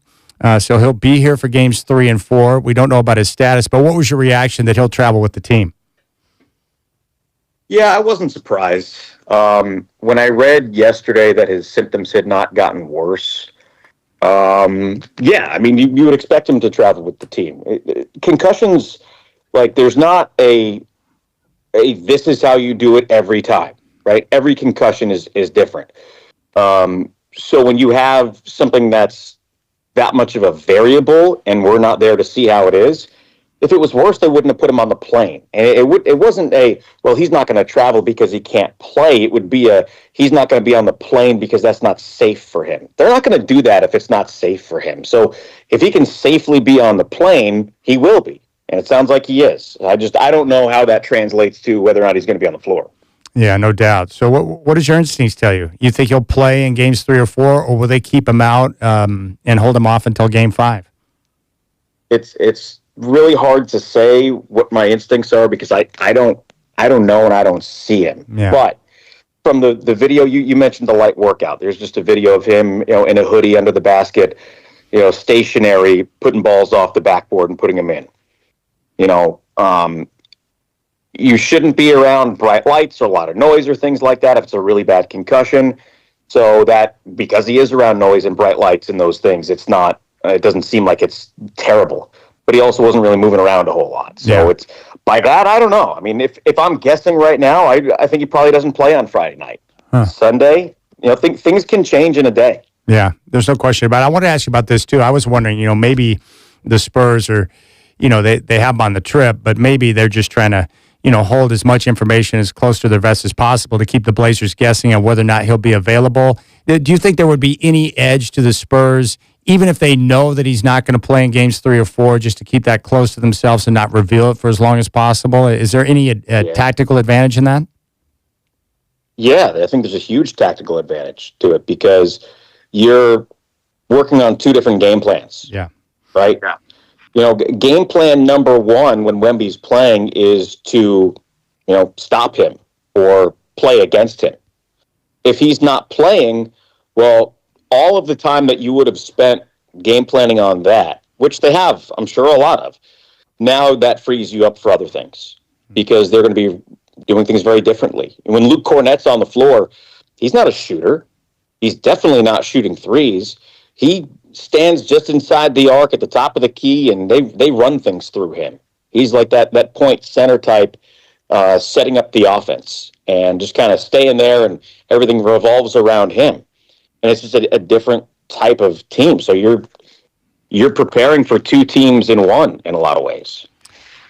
Hey, Trav, you brought up something yesterday that I want you to expand on because I think it's a really good point. It's going to get lost in the mix because Wemby got hurt, and that was the big story in game number 2. But before he went out, the Blazers had done a pretty good job defensively on him, making adjustments after game 1, right? Yeah, totally. And you look at who was defending him, right? Donovan Clingan and Robert Williams III, the tallest guys in the rotation. They weren't really the ones that were on Wemby. It was Drew Holiday. And why is that? Because you don't necessarily need to have your 7-footer out there defending Wemby to make it work. It helps for a guy to have size, but most people his size or close to it are not going to be able to defend his quickness and a lot of things that he does. You get up on him, you get physical with him, you make him uncomfortable, and you're going to change the way that he approaches things, and you're going to make him make mistakes. And we saw that. He played 12 minutes in game 2, right? He didn't do a whole lot. They didn't exactly take him out of the game, but they really altered the way that they were doing things through him. 1 of 3, missed his only free throw, had 4 rebounds, 5 points, 1 blocked shot. Now, can he go on a heater? Yeah, of course he can. But the sample size that we had was more than a third of his minutes, and they held him in check. That's a great point. Travis Demersa with us here on the Rip City Drive as we get ready for Game 3 tomorrow night. Tip-off from Moda Center at 7:30. So let's say Wemby does miss a game or 2 or however much time. Let's say he's out. Who do the Spurs lean on to provide shot-making leadership and, to help kind of settle the group without Wemby in there? Well, I think shot-making and leadership are 2 different things, right? Because I think the shot-making comes from De'Aaron Fox. We've seen Castle, we've seen Vassell score points, but their efficiency in this series has been awful. And actually, Fox's hasn't been great either. But Fox is the guy who, it's a small sample size, but including this series, he has 9 playoff games under his belt. Put up 38-plus a couple of times in the series against the Warriors a couple of years ago. He's their best scorer. He's not their best shooter. He's only shooting 33% from 3 this year, but he's their best scorer. And you have to have things, kind of with him being the focal point of the offense, but you've got other guys like Devin Vassell can shoot from the mid-range. Champagnie can shoot from the outside. Castle can drive and slash. You want to keep Castle out of the paint. You want him to take mid-range shots and shots from the outside or have to go up against, Drew Holiday or whoever's defending him. You want to keep those guys off balance. But they've played plenty of games without Wemby this year, Chad. They played 18 games and were 12-6 without him. So it's not like they haven't had time without him on the floor. Like, they know how to play without him. Wemby's great, but he's not the whole team. There's a reason why this team won 62 games and he missed 18 of them. Yeah, that's a good point. And you also brought up, too, their numbers in those games without Wemby, they're really good, right? Especially on defense, they're still performing. Yeah, they're top 8 in the league defensively in games that Wemby does not play. That's impressive. This is not just, Wemby makes everything better. Of course he does. He was the Defensive Player of the Year. But it's not like they go from 21st in the league to top 5. They go from 8th to 3rd.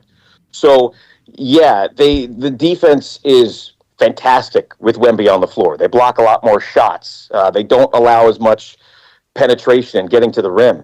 but they're still 8th in the league defensively when he is not out there because they have really good defenders and a really good, well-coached scheme.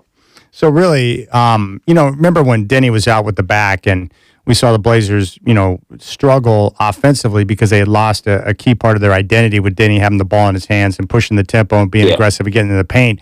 But it sounds like because of those 18 games where Wemby wasn't on the floor, like the Spurs, it's pretty amazing, and I credit the coaching for this, but they have an identity and know how to operate without Wemby and be very efficient. That's impressive to me for a player of that stature. Yeah, it is. Look, where did Mitch Johnson learn how to be an NBA coach? From Pop. Yeah. Okay? That there's a reason why he got that job, right? Because he did a great job last year, and it wasn't just, hey, you did a fine job while Pop was out, we're going to reward you. No, it's they believed that he was the guy. Yeah. And he's proven it, right? The way that team flows, it's a well-oiled machine. It's organizational from top to bottom with San Antonio, and it's been that way for forever, right? So they are really well coached. Everything about that organization has been professional for as long as I can remember. And he's the next guy to step in that is the right guy for that job. We're talking to Travis Demers. He is the voice of your Portland Trailblazers. He'll be on the call tomorrow night. Game 3, Trailblazers and Spurs in their first round Western Conference playoff series. The game will be here on your home of the Blazers, Rip City Radio 620. So, Travis, let's start with this. What do you think the Blazers did best through the first 2 games? Well, I think both of those games were a little different from each other, right? In game 1, they only allowed 9 points off of turnovers. In game 2, was it 19 or 21? But they scored 24 points off of turnovers. The offensive rebounding was significantly better in game 2. Well, the Spurs had the best defensive rebounding team in the NBA. Well, Wemby didn't play much in game 2. But at the time Wemby went out, Chad, they were still hitting the offensive boards. They were getting to 50-50 balls. They adjusted to mid-range shots in game 1. And in game 2, they were getting to the rim. I think the adjustments that we've seen from this coaching staff, and I have been fortunate enough to be in some of the practices to watch them install some of those adjustments. This is a really smart coaching staff, and they have done a terrific job getting this team prepared. They've won, 12 out of their last 17 games, including the 3 postseason games. They're healthy. They're doing what they need to do. And we talked about it during the broadcast. We talked about it on the Section 113 podcast. It can't just be one guy, right? And in the fourth quarter of that game, when you needed shots to fall, when you needed plays to be made, Scoot had the big game, but it wasn't him. Not that he didn't, but Denny Avdia didn't have some of those big plays. He had some, but not all of them. Drew Holiday, Toumani Camara, Matisse Thybulle, Robert Williams III. You've got to have depth if you want to win in the postseason. All right, what's the one area that they really need to improve as they get ready for Game 3 tomorrow night? I mean, turnovers in Game 2 was rough, right? But you'll take some of those turnovers if you're getting the shots you want. Yeah. Right? And if you're getting small offensive rebounds. We've heard so much about the physical nature of this series, and we heard it from some of the San Antonio players after Game 2. Devin Vassell says Scoot's getting too comfortable. We need to be more physical with him.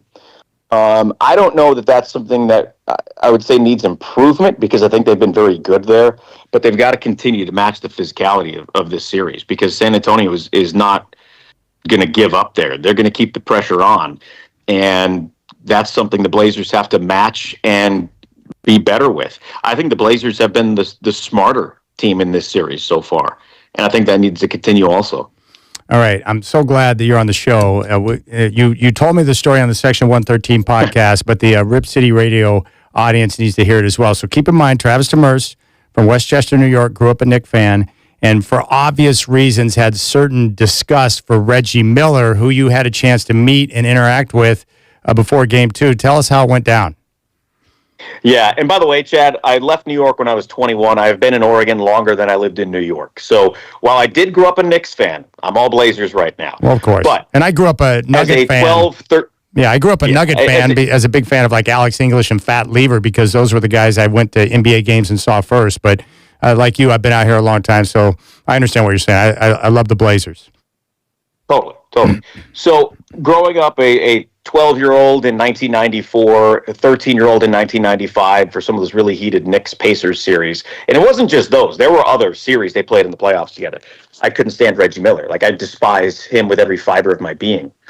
And I had never met him before, but Michael Holton, because they're both UCLA guys, kept telling me how great Reggie is. You got to meet Reggie. Reggie's the best. You love Reggie. Come, you got to meet him. Like, no, I don't want to. Let me go introduce you. No, don't want to. So I saw Reggie at shoot around before game one because he and Mike Tirico were calling game one. I went up to him and introduced myself. And we're chatting, we're talking basketball. He's doing his, prep, and he's, asking me some questions since I've seen every game this year. And there was kind of a break in the conversation. I look up at him because he is, just a little taller than I am. And I'm like, so Reggie, I grew up in New York. And he just starts laughing. And I told him, I was 12 in 1993 or 94 and 13 in 1995. And I cried when you guys beat the Knicks in 1995. And he says, they made it pretty tough on us. You don't think I cried? I mean, he didn't say I cried. He's like, he knew that it was tough for him too and all that stuff. But he knew where I was coming from because those are the formative years of being a basketball fan. And he looked at me and he just apologized. He says, let me apologize. I'm sorry. And he opens his arms up and grabs me and he says, let me give you a hug. And he pulls me in for this big, tight hug. And I'm thinking, what is going on here? Yeah. And then we finished our conversation and I'm walking away. He says, good luck. Nice talking with you. And again, I'm sorry. And I said, hey, don't apologize to me. Get in the time machine and go apologize to 12, 13-year-old me. And he laughed, and that was that. But I like Reggie Miller now. I don't know if he's ever going to remember that interaction because I'm sure he's had many of them, but I consider Reggie Miller a close personal friend now. That's awesome, man. I love it. And it goes to show you, sometimes you don't want to meet your enemies because you'll end up liking them. That's the problem. And you knew it. Yeah, exactly. Now, look, there are a couple, like I like Pedro Martinez now. Like, I think he's great. I hated him as a player. I don't think I would have the same reaction to, say, Kurt Schilling. But Reggie Miller, Pedro Martinez, David Ortiz, those guys are cool. Yeah, well, you've probably seen that story floating around on video, but Gary Sheffield, when he was with the Yanks, he went up with the idea to try and piss Pedro off one day, so he kept backing up out of the box, and Pedro, threw at him, and, because he said that back in the day, he goes, when you were going up against those teams, you didn't like those guys. That's just how we were, but he said now that he's met him, he said he's a great guy, and they're good friends. Yeah.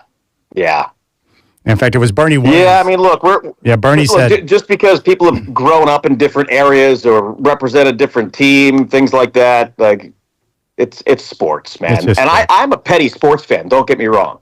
Well, so am I. Sports. Yeah, I'm petty, and it's just part of being a sports fan. But Trav, I appreciate it, buddy. Great talking game 3 with you, and you'll be on the call tomorrow night, 7:30 here on Rip City Radio 620. Have a good call, my friend, and I can't wait.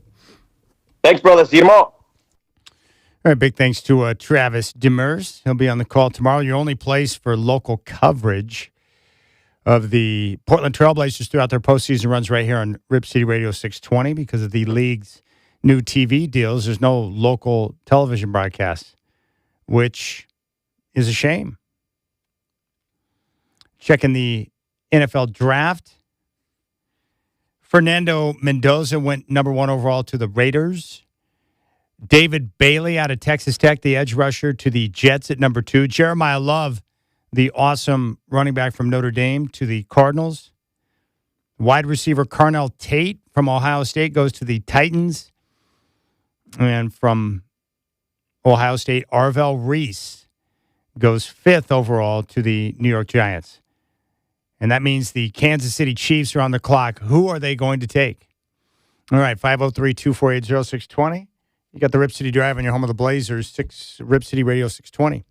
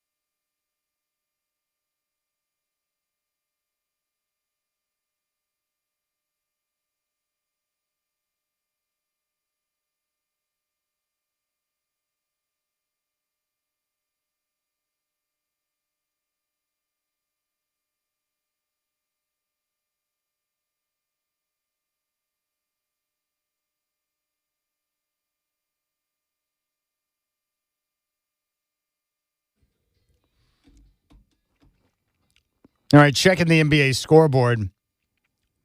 The Knicks are battling right now, midway through the third. It's a 6-point game. Hawks 73, Knicks 67.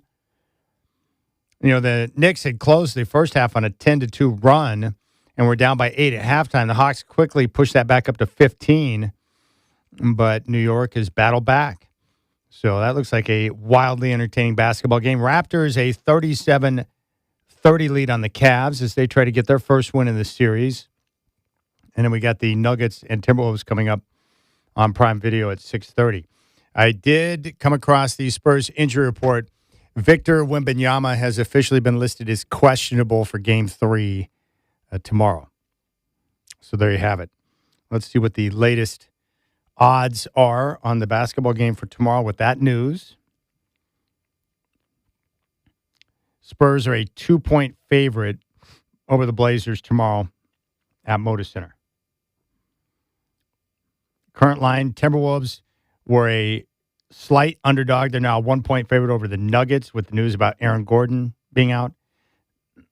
Celtics tomorrow a 7.5-point favorite on the road against Philadelphia. That series tied up at 1.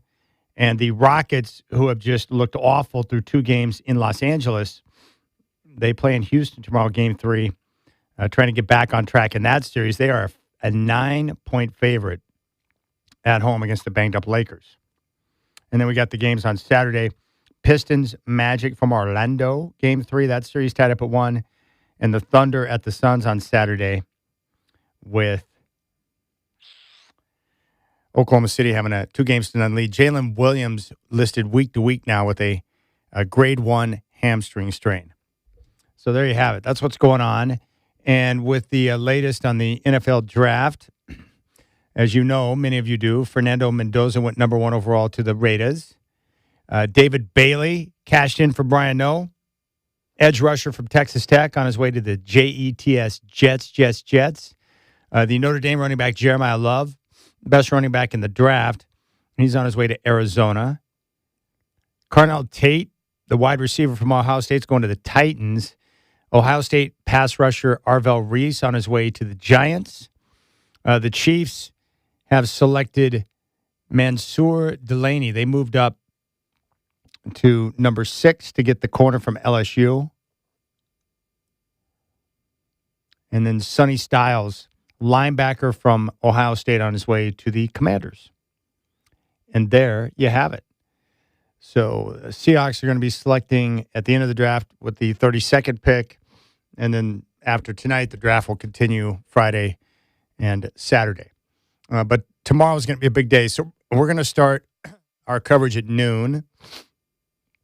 We're going to go live. Our Trailblazer coverage will start at noon. I'll be live from Moda Center at 3. Chris Burkhart will have game day starting at 5:30. And then at 7:30, the game will tip off. Sunday's game's a 12:30 tip. So it's going to be a little matinee style with game day starting at 10:30. Now, I don't know if you've checked. I've been keeping an eye on the ticket market to see what's available. And the game for tomorrow has been listed and announced as a sellout. Let's see what's cracking with those games. Tomorrow night, let's see what's available. I like looking to see what some of the ticket prices are going for. Of course, a lot of people buy tickets because they want to be able to resell. But I'll just give you an idea of what you can expect. There are some tickets available on Ticketmaster right now. Upper tank in the 300 level that you can get standing room for $111. If you want seats, there's a pair in the upper level for $181 per ticket.